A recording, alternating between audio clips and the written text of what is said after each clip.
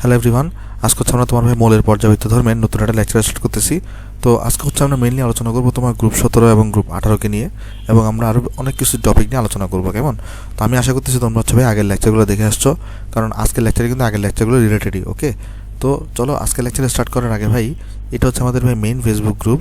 তুমি যদি এখানে জয়েন দেওয়া না থাকো তাহলে তুমি এখানে ভাই জয়েন দিতে পারো। আচ্ছা, তাহলে চলো আজকে আমরা আমাদের প্রথম টপিক দিয়ে স্টার্ট করবো। আমরা গত ক্লাসে গ্রুপ 16 পর্যন্ত শেষ করছিলাম, তার আজকে হচ্ছে আমরা স্টার্ট করবো গ্রুপ 17কে দিয়ে। ওকে, তাহলে আজকে আমরা আলোচনা করবো তোমার হচ্ছে ভাই গ্রুপ 17কে দিয়ে। এটা অ্যাডমিশনের পার্সপেক্টিভ অনেক ইম্পর্ট্যান্ট। গ্রুপ 17 অনেক অনেক বেশি ইম্পর্ট্যান্ট। কেমন? তো চলো আমরা আলোচনা করি গ্রুপ 17কে নিয়ে। আচ্ছা, দেখো ফার্স্ট অফ অল ভাই গ্রুপ 17তে কারা কারা আছে আমরা সবাই শিখে আসছিলাম। ওই যে ফেল করলে বলবো আমি আগে, অর্থাৎ ফ্লোরিন আছে, ক্লোরিন আছে, ব্রোমিন আছে, আয়োডিন আছে, অ্যাস্টেটাইন আছে। ওকে, আচ্ছা, এবং আমরা এটাও সবাই জানি গ্রুপ 17তে যে মৌলগুলো থাকে তাদেরকে কি বলা হয় ভাই? তাদেরকে বলা হয় হ্যালোজেন। আচ্ছা, এদেরকে হ্যালোজেন কেন বলা হয়? কারণ হ্যালোজেন শব্দের অর্থ হচ্ছে যে সামুদ্রিক লবণ উৎপাদনকারী, আর এটা সামুদ্রিক লবণ উৎপাদনকারী হয় বলে এদেরকে হ্যালোজেন বলা হয়। এদের স্পেশাল নাম কি ভাই? এদের স্পেশাল নাম হচ্ছে তোমার হ্যালোজেন। এদের স্পেশাল নাম হচ্ছে তোমার ভাই হ্যালোজেন। আর হ্যালোজেন শব্দের অর্থ হচ্ছে যে সামুদ্রিক লবণ উৎপাদনকারী, সামুদ্রিক লবণ উৎপাদনকারী। ওকে, সামুদ্রিক লবণ উৎপাদনকারী। আচ্ছা, এখান থেকে যে জিনিসটা মনে রাখতে হবে আমাদের, এই হ্যালোজেন নামটা কে প্রদান করছেন? এই হ্যালোজেন নামটা কে প্রদান করছেন? মনে রাখবা বিজ্ঞানী বার্জেলিয়াস সর্বপ্রথম কি করছেন? হ্যালোজেন নামটা প্রদান করেছেন। ওকে, তাহলে মনে রাখবে এখানে বিজ্ঞানী বার্জেলিয়াস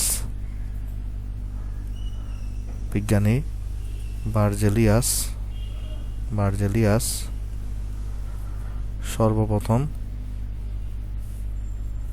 হ্যালোজেন নামের প্রবর্তন করেন। হ্যালোজেন নামের প্রবর্তন করেন। ওকে, আচ্ছা, আশা করি জিনিসটা আমরা বুঝতে পারছি। এখানের মধ্যে আমাদের প্রথমে যে জিনিসটা জানতে হবে যে গ্রুপ 17 যারা আছে এদের জারণ অবস্থাটা কী হয়। ওকে, এখানে একটা জিনিস মনে রাখবা, তোমার ফ্লোরিন বাদে বাকি সবই হচ্ছে যে পরিবর্তনশীল জারণ অবস্থা প্রদর্শন করে। নর্মালি ফ্লোরিন পরিবর্তনশীল জারণ অবস্থা প্রদর্শন করে না। কোয়েশ্চেন হচ্ছে কেন করে না? কারণ ফ্লোরিনের মধ্যে শুধুমাত্র এস এবং পি অরবিটাল থাকে, কিন্তু তুমি বাকিগুলোর মধ্যে ডি অরবিটাল থাকে বলে ডি অরবিটালে কিছু ফাঁকা স্থান থাকে। এই জন্য এরা হচ্ছে তোমার বারবার এখানে কি করতে পারে বলো তো? তাদের মানে জারণ অবস্থাটা পরিবর্তন করতে পারে। তাহলে ওকে, তাহলে এখানে যে জিনিসটা মনে রাখবো আমরা জারণ অবস্থা সম্পর্কে, তাহলে আমরা মনে রাখবো এখানে ফার্স্টে জারণ অবস্থা। তাহলে এখানে আমরা মনে রাখবো ফ্লোরিন বাদে বাকি সবাই পরিবর্তনশীল জারণ অবস্থা প্রদর্শন করতে পারে। ফ্লোরিন বাদে বাকি সবাই পরিবর্তনশীল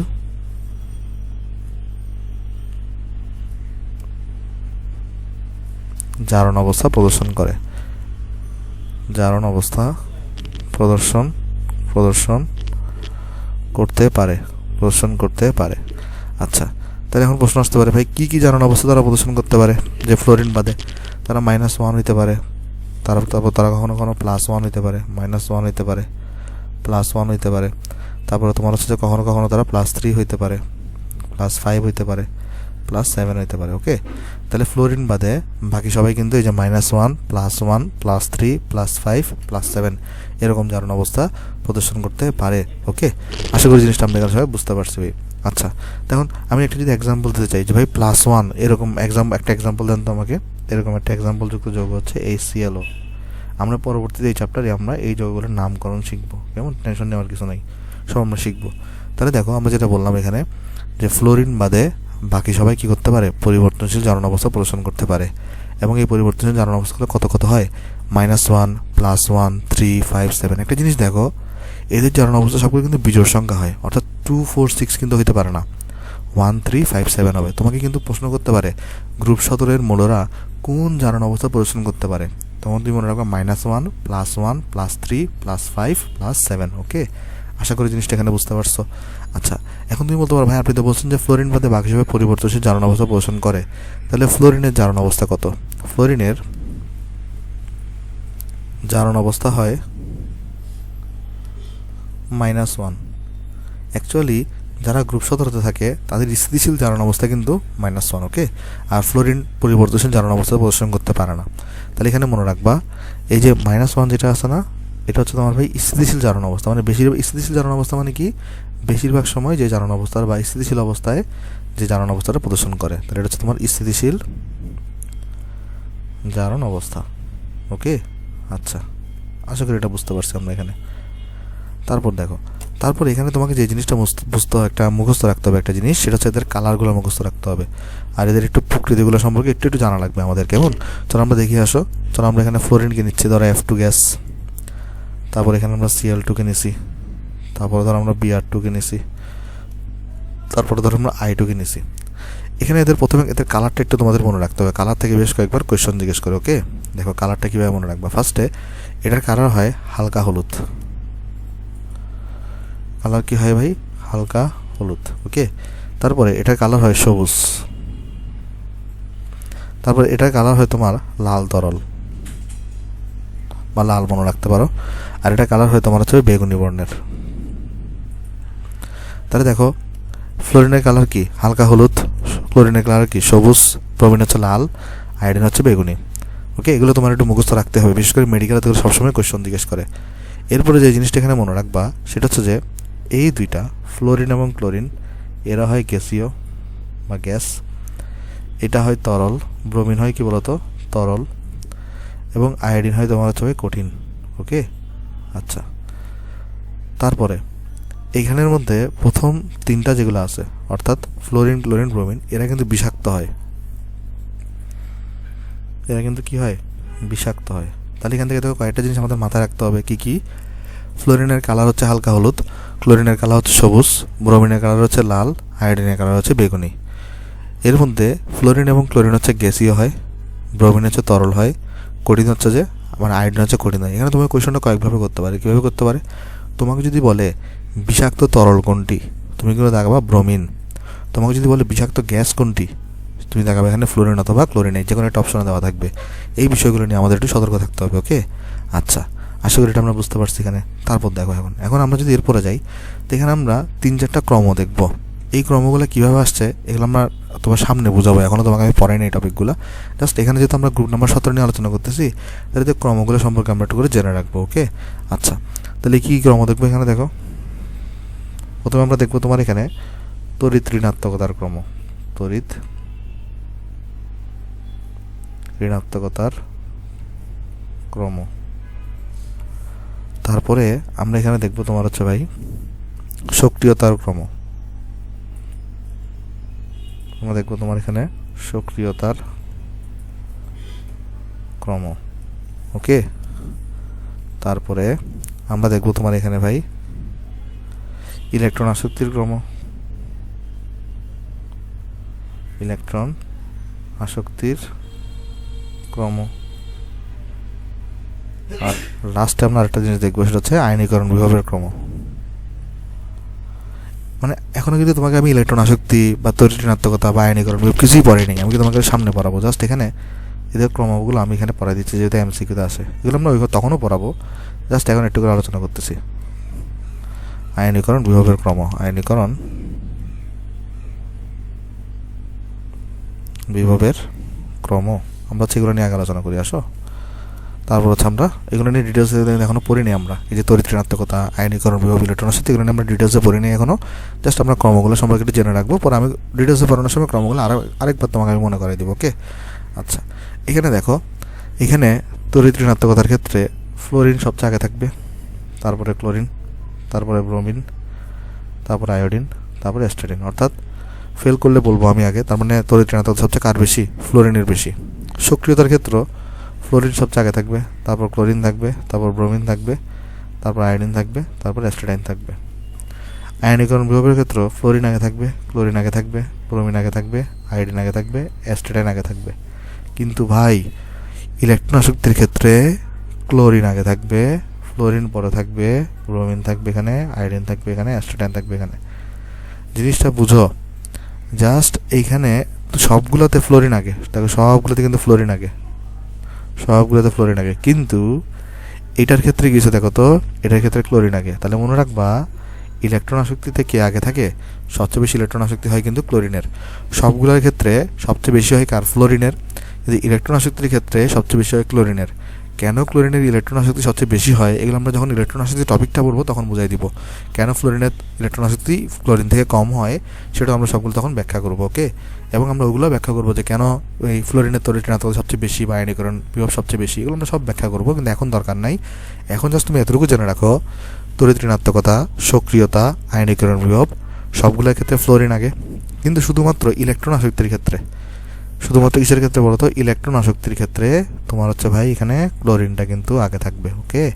এই জিনিসটা থেকে অনেকবার কোশ্চেন দেখে, দেখো সবাই কী করে জানো, সবাই হচ্ছে যে এটা কিন্তু মাথায় রাখে যে ক্লোরিনটা ফ্লোরিন থেকে বড়, কিন্তু বুঝতে হবে তোমাকে সব ক্ষেত্রে কিন্তু ক্লোরিন ফ্লোরিন থেকে বড় না।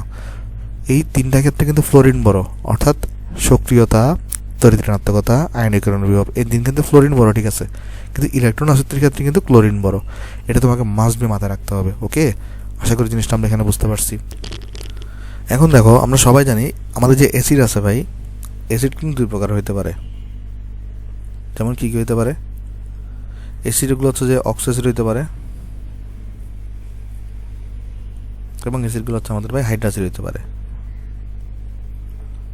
Hydra acid. আচ্ছা ভাই অক্সো অ্যাসিড জিনিসটা কি? অক্সো অ্যাসিড মানে হচ্ছে যে সকল অ্যাসিডে তোমার হচ্ছে কী থাকবে বলো তো, অক্সিজেন থাকবে। যেমন ধরো HClO4 বা HClO যেটা দেখছিলাম। আর হাইড্রা অ্যাসিড কি, ধরো HCl, যেটা যে সকল অ্যাসিডের মধ্যে কোনো অক্সিজেন থাকবে না। তাহলে ভাই অক্সো অ্যাসিড জিনিসটা কি, যে সকল অ্যাসিডের মধ্যে তোমার অক্সিজেন থাকবে।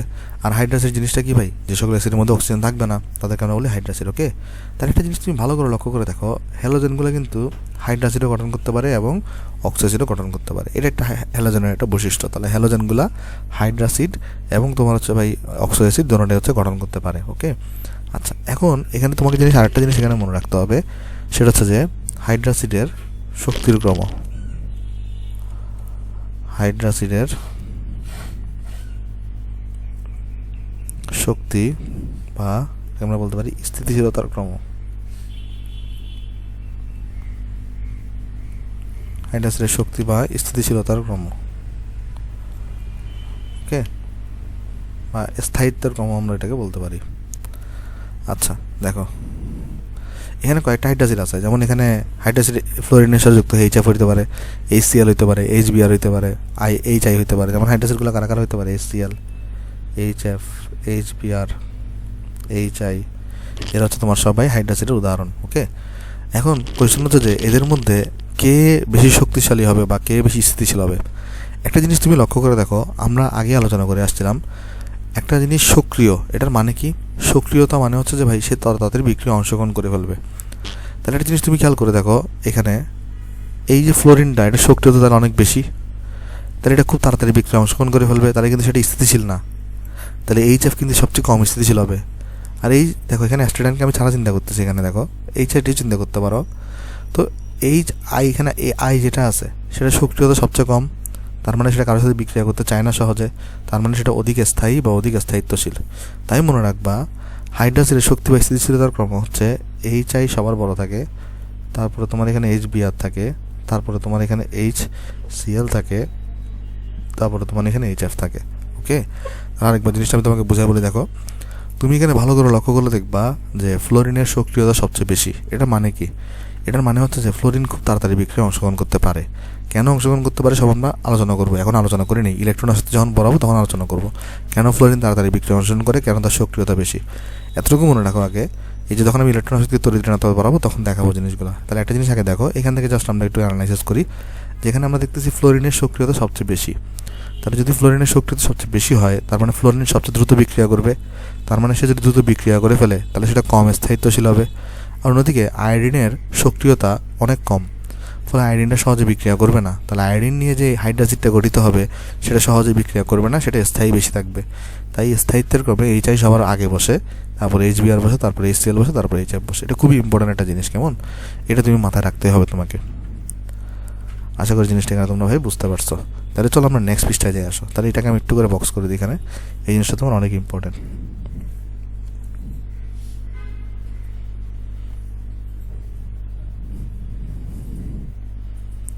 আচ্ছা এখানে আমরা আরেকটা জিনিস আলোচনা করতে পারি যে পারমাণবিক আকারের ক্রম আলোচনা করতে পারি। পারমাণবিক আকারের ক্রম আমরা কিন্তু সবাই জানি যে যখন তুমি উপর থেকে নিচে যাবা পারমাণবিক আকার কী করতে থাকে, বাড়তে থাকে। অর্থাৎ ফ্লোরিনের পারমাণবিক আকার সবচেয়ে কম, তার থেকে ক্লোরিনের বেশি, তার থেকে ব্রোমিনের বেশি, তার থেকে আয়োডিনের বেশি, তার থেকে অ্যাস্ট্রেটাইনের বেশি। তাহলে দেখো আকার যত বড় হচ্ছে, এই যে খেয়াল করে দেখো, আকার যত বড় হচ্ছে সে কিন্তু অধিক স্থায়িত্বশীল হচ্ছে। ওকে, এটা একটু মাথায় রাখতে পারো।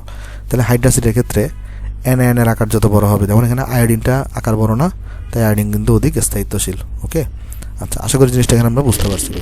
তাহলে চলো আমরা এখানে নেক্সটে যাই। আসো নেক্সট আমরা আলোচনা করি, চলো যে গ্রুপ 17 আরেকটা স্পেশালিটি নিয়ে একটা বিক্রিয়া আছে যেটাকে আমরা বলি অসামঞ্জস্য বিক্রিয়া। তো এই বিক্রিয়াটা আমরা পড়বো সেকেন্ড ইয়ারে চ্যাপ্টার 3-তে গিয়ে পরিমাণগত রসায়নে। আমি অলরেডি পড়াই ফেলছি বিক্রিয়াটা। ওকে, তো এই অসামঞ্জস্য বিক্রিয়া কি হয়, যে এই বিক্রিয়াটাতে একটা যৌগেরই একই সাথে জারণও ঘটে, একই সাথে বিজারণও ঘটে, তাই এই বিক্রিয়াটাকে অসামঞ্জস্য বিক্রিয়া বলে। এই মুহূর্তে অসামঞ্জস্য বিক্রিয়ার জিনিসটা কি সেটা তোমার জানা দরকার নেই।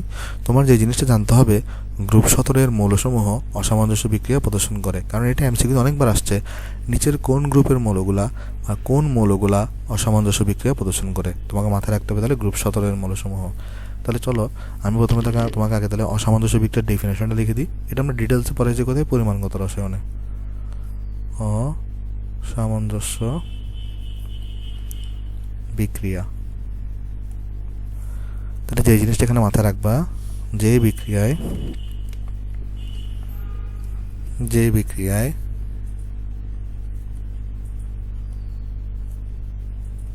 একই সাথে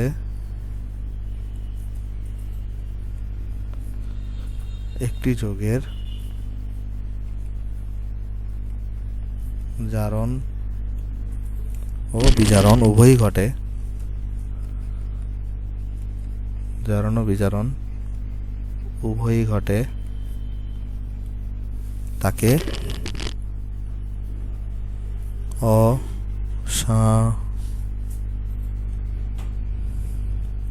অসামঞ্জস্য বিক্রিয়া বলে, ডিসপ্রপোর্শনাল রিঅ্যাকশন এটাকে বলা হয়। ওকে, আচ্ছা, তো এটা নিয়ে এখন এত ডিটেলসে জানার দরকার নেই। এটা নিয়ে যখন তুমি যখন পরিমাণগত রসায়ন পড়বো তখন জানলেই চলবে। এখানে আমি ডিটেলসে পড়াইছি এটাকে। ওকে, তাহলে তোমার এখানে যে জিনিসটা মনে রাখতে হবে, গ্রুপ 17 মৌলসমূহ অসামঞ্জস্য বিক্রিয়া প্রদর্শন করে। তুমি যেখানে এটা যেটা মনে রাখবা, গ্রুপ 17 মৌলসমূহ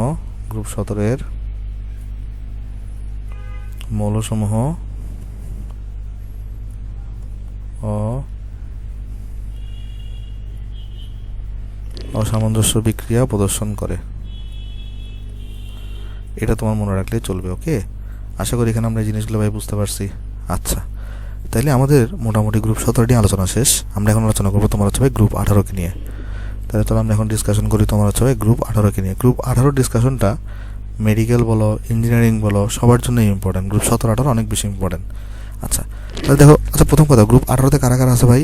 গ্রুপ 18-তে আছে তোমার হচ্ছে, আমরা সবাই জানি, হিলিয়াম, নিয়ন, আর্গন, তারপরে তোমার হ্যানা আর করিম, তার মানে ক্রিপ্টন, জিনিয়াস, রাধুনি, রেডন। ওকে, এরা আছে গ্রুপ 18-তে। ঠিক করে লিখি একটু করে আমি, জেনন আর হচ্ছে রেডন। আচ্ছা, তো এই যারা গ্রুপ 18-তে আছে না, এরা আসলে কারোর সাথে রিয়াকশন করে না, কারণ এদের অষ্টক এবং মানে তোমার হচ্ছে 2 এর নিয়ম যেটা সেটা ফিল আপ করা থাকে। তো এরা কারোর সাথে রিয়াকশন করে না। তো এরা যদি কারোর সাথে রিয়াকশন করে না, তাই এদেরকে আমরা বলি নিষ্ক্রিয় গ্যাস বলি, বা এদেরকে আমরা অভিজাত গ্যাসও বলি, কারণ এরা কারোর সাথে পাত্তাই দেয় না, কারোর সাথে রিয়াকশনই করে না, বা এটাকে আমরা বিরল গ্যাসও বলা হয়। কেমন? তাহলে মনে রাখবা, গ্রুপ 18 যেগুলো আছে এদের স্পেশাল নাম কি কি? এদের স্পেশাল নাম হচ্ছে তোমার ভাই নিষ্ক্রিয় গ্যাস, বা এটাকে আমরা বলি অভিজাত গ্যাস।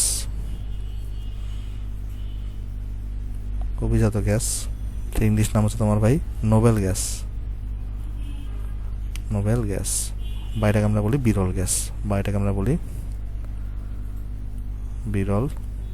গ্যাস, ওকে, এটা তাহলে আমরা একটু মাথা রাখবো এখানে, যেদের স্পেশাল নামগুলো কি কি। আচ্ছা, এখানে একটা জিনিস মনে রাখবা, এরা অষ্টক পূর্ণ থাকার কারণে, অষ্টক বা তোমার হচ্ছে তুমি হিলিয়ামের এটা ছিল 2, মানে 1 স্টার ফিল আপ থাকে, এই কারণে তোমার হচ্ছে এরা কারোর সাথে কিন্তু বিক্রিয়ায় অংশগ্রহণ করে না। তাহলে চলো আমি এখানে লিখে দিই এখানে যে অষ্টক, আমরা এখানে বলতে পারি যে শেষ শক্তি স্তর পূর্ণ থাকার কারণে, অষ্টক না বলে যদি লিখি এখানে দেখো যে শেষ শক্তি স্তর ইলেকট্রন দ্বারা পূর্ণ থাকার কারণে পূর্ণ থাকার কারণে এরা কারোর সাথে বিক্রিয়ায় অংশগ্রহণ করে না। এরা কারোর সাথে বিক্রিয়ায় অংশগ্রহণ করে না। বিক্রিয়ায় অংশগ্রহণ করে না। এখন দেখো, এরা যেহেতু কারোর সাথে বিক্রিয়া অংশগ্রহণ করতেছে না, তাহলে আমরা কি বলতে পারি যে রাসায়নিকভাবে এরা হচ্ছে সক্রিয়তাহীন, অর্থাৎ এরা হচ্ছে নিষ্ক্রিয়। যেহেতু কারোর সাথে বিক্রিয়া অংশগ্রহণ করতেছে না, তাহলে আমরা এখানে এটা বলতে পারি যে অর্থাৎ অথবা রাসায়নিকভাবে এরা সক্রিয়তাহীন, কারণ কারোর সাথে বিক্রিয়া অংশগ্রহণ করতেছে না। এরা সক্রিয়তাহীন অর্থাৎ নিষ্ক্রিয়। কেমন? একদম সিম্পল বিষয়। দেখো যে এরা কেন বিক্রিয়া অংশগ্রহণ করে না? কারণ এদের অষ্টক পূর্ণ করা থাকে। এরা যদি বিক্রিয়া অংশগ্রহণ করেই না, তাহলে এরা সক্রিয়তাহীন, তার মানে এরা হচ্ছে নিষ্ক্রিয়। ওকে, আচ্ছা। এইপরে দেখো আরেকটি ইম্পর্টেন্ট পয়েন্ট আছে, সেটা হচ্ছে যে এরা কিন্তু কারোর সাথে যুক্ত হচ্ছে না। কারণ এদের শেষ শক্তি স্তরটা পূর্ণ আছে ইলেকট্রন দ্বারা। তাহলে যুক্ত হওয়ার ক্ষমতা নেই বলে এদের যোজনী হয় শূন্য। এটা অনেক ইম্পর্টেন্ট একটা পয়েন্ট। তাহলে এখান থেকে কি মনে রাখবা যে যুক্ত হওয়ার ক্ষমতা নেই বলে, কারণ কারোর সাথে যুক্ত হয় না, তাহলে যুক্ত হওয়ার ক্ষমতা নেই বলে এদের যোজনী হয় শূন্য। ওকে, তাহলে এরা কিন্তু কারোর সাথে যুক্ত হয় না। তাহলে যদি কারোর সাথে যুক্ত হইতেছে না, তাহলে আমরা জানি যুক্ত হওয়ার ক্ষমতাকে যোজনী বলে, এদের কারোর সাথে যুক্তই হচ্ছে না, তাহলে এই জন্য এদের যোজনীগত হয় শূন্য হয়। এরপর আরেকটা জিনিস দেখো, এদের যেহেতু শেষ শক্তি স্তরটা একদম ফিল আপ করা থাকে, তাই এই শেষ শক্তি স্তর থেকে ইলেকট্রন বের করা অনেক কষ্টসাধ্য। আর শেষ শক্তি স্তর থেকে ইলেকট্রন বের করতে যে শক্তির প্রয়োজন, সেটাকে আমরা কি বলছি? আয়নীকরণ বিভব। তাহলে এখানে ইলেকট্রনকে বেরই করা যায় না, তাই এদের আয়নীকরণ বিভবের মান অস্বাভাবিক রকমের উচ্চ। তাহলে এখানে যেটা মনে রাখবা, এদের আয়নীকরণ বিভবের মান আয়নীকরণ বিভবের মান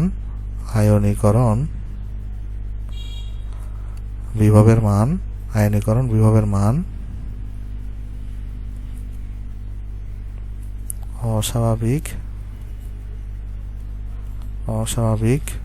রকমের উচ্চ। কেমন? আশা করি জিনিসটা এখানে আমরা বুঝতে পারছি ভাই। এরপরে আমরা সবাই জানি, 9 থেকে আমরা পড়ে আসছি যে নিষ্ক্রিয় গ্যাসগুলো সাধারণত কি হয়? এক পরমাণুক হয়, অর্থাৎ He2 হয় না, বা তোমার এখানে আর্গন 2 হয় না। কেন হয় না এটা আমরা বন্ড অর্ডার দিয়ে ব্যাখ্যা করবো, কিন্তু এখন না। বন্ড অর্ডার তোমাকে আমি পরে নিয়ে এখনো লাস্টে গিয়ে পড়াবো এই চ্যাপ্টারের। তাহলে মনে রাখবা যে নিষ্ক্রিয় গ্যাসগুলো এক পরমাণুক হয়। নিষ্ক্রিয়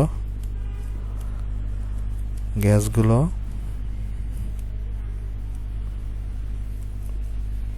এক পরমাণুক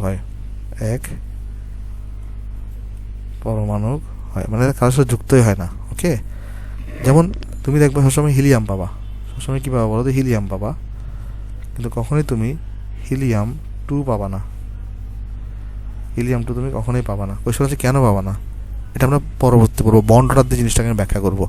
কেমন? বন্ড অর্ডার নামে একটা টপিক আছে তোমাদের, বন্ধনক্রম, এটা আমি ব্যাখ্যা করবো লাস্টে গিয়ে, এখন না, এই চ্যাপ্টারের শেষে গিয়ে। তখন আমরা দেখবো যে কখনোই হিলিয়ামটা আসলে গঠিত হইতেই পারে না।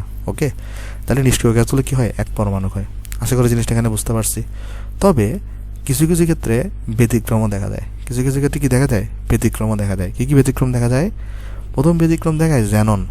তুমি যদি এটা করে খেয়াল করে দেখো, এদের তুমি যদি এখানে দেখো যে এদেরকে যদি আমি একটা একই যদি কলামের মধ্যে আঁকি, এদের যদি আমি এদের গ্রুপটাকে যদি আমরা আঁকার চেষ্টা করি, প্রথমে থাকে হিলিয়াম, তারপর থেকে নিয়ন, তারপর থেকে আর্গন, তারপর থেকে তোমার এখানে ক্রিপ্টন, এটা কে আর হবে আসলে, কে এন এর মতো রাখতেছে এটাকে, তারপর থেকে তোমার এখানে জ্যানন, তারপর থেকে তোমার এখানে রেডন। তো এখানে যে জিনিসটা হয় দেখো, আমরা সবাই জানি যখন আমরা উপর থেকে যখন নিচে নামি, তখন আমাদের কি হয়? আকারটা ক্রমান্বয়ে বাড়তে থাকে। তো এই আকার বাড়তে বাড়তে জ্যাননে যখন পৌঁছায়, জ্যাননে পৌঁছানোর পর আকারটা অনেক বেড়ে যায়। এদের আকারটা অনেক কি হয়? এদের আকারটা অনেক বড় হয়ে যায়।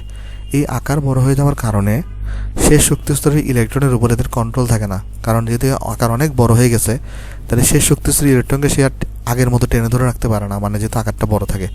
যেমন নিয়নের আকারটা ছোট থাকে, তাই নিয়নের যে প্রোটনগুলো আছে, নিউক্লিয়াসে, তারা কিন্তু তাদের শেষ শক্তি স্তরের ইলেকট্রনকে ধরে রাখতে পারে।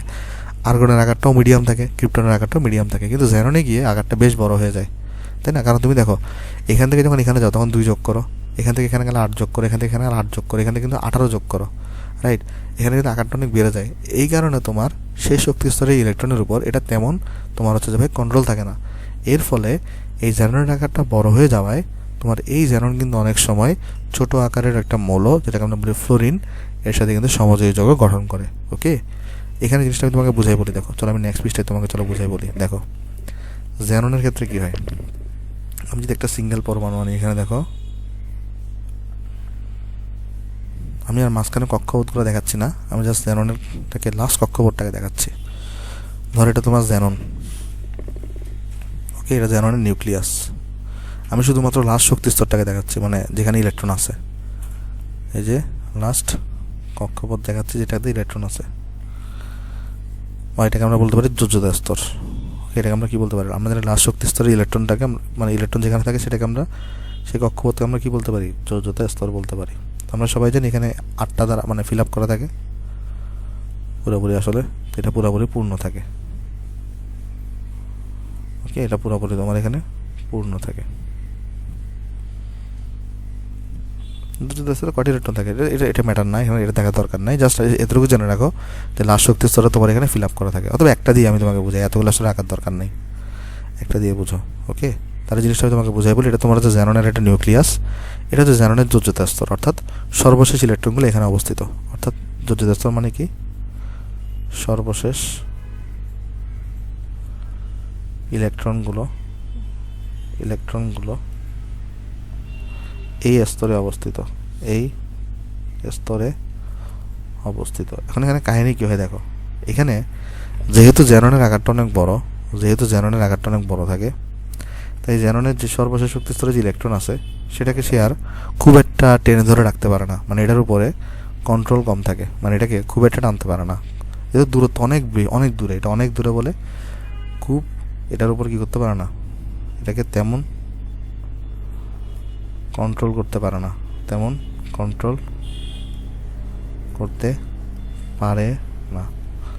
অন্যদিকে কাহিনী কী হয় দেখো, অন্যদিকে ফ্লোরিন যেটা থাকে, ফ্লোরিনের আকার কিন্তু অনেক ছোট হয়।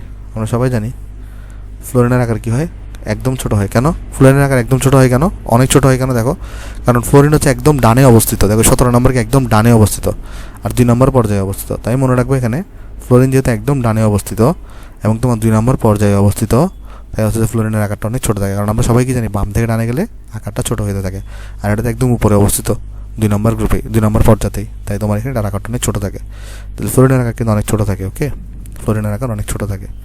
তো এটা হচ্ছে তোমার ফ্লোরিনের নিউক্লিয়াস। ধরো এটা তোমার ফ্লোরিনের নিউক্লিয়াস, আর এখানে ধরো এটা হচ্ছে তোমার ফ্লোরিনের যোজ্যতা স্তর। এখন তুমি লক্ষ্য করে দেখো এখানে যে কাহিনীটা হয়, এই ফ্লোরিনটাকে যখন আমরা এটার কাছাকাছি আনবো, আমি যদি সমস্যা নেই, এটাকে যদি আমরা এখানে নিয়ে যাই, দেখো এই ফ্লোরিনটাকে যখন আমরা কাছাকাছি আনবো তখন কী হবে দেখো, তখন যেখানে যে কাহিনীটা হবে, এই আকারটা তো অনেক বড়, তাই না? এই যে ডিস্টেন্সটা কিন্তু অনেক বড়, এই যে ডিস্টেন্সটা যেটাকে আমরা ব্যাসার্ধ বলি, এটা কিন্তু অনেক বড়।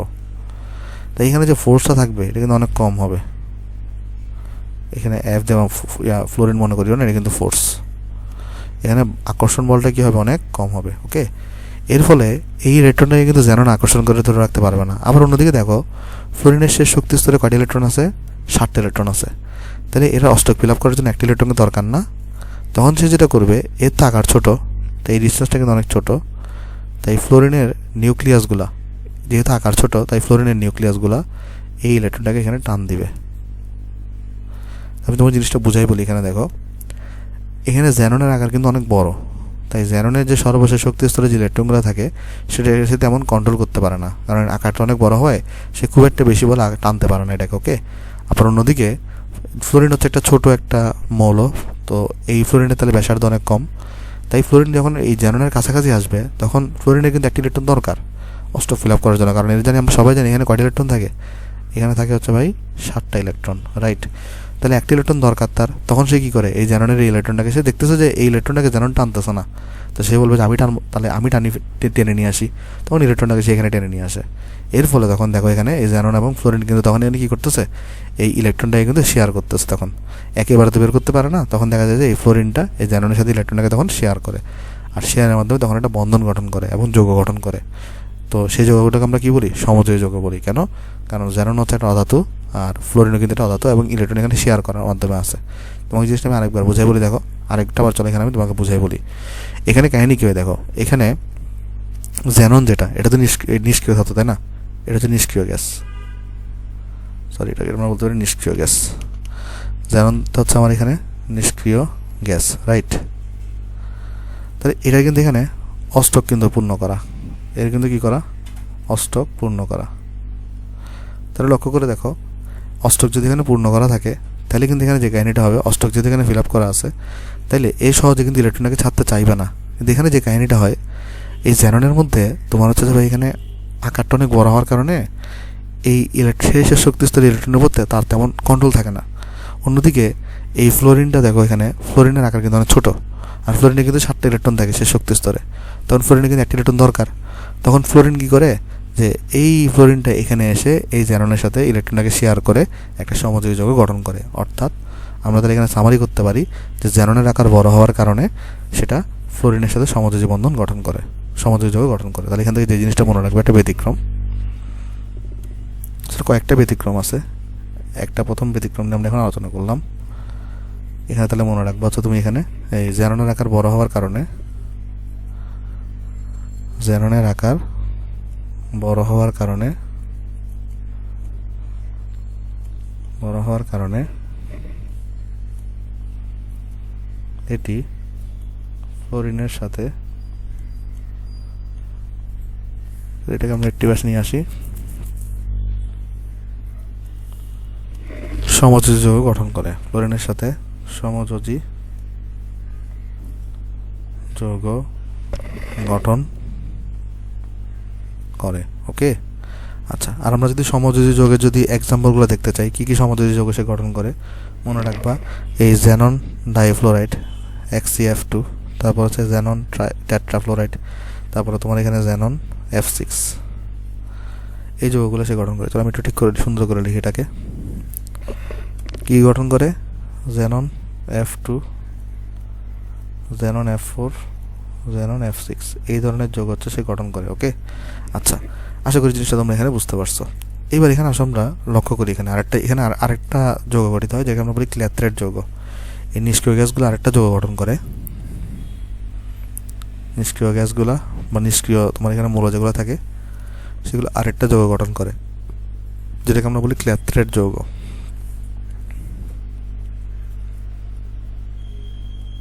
যেটাকে আমরা বলি তোমার হচ্ছে ভাই ক্ল্যাথ্রেট যৌগ।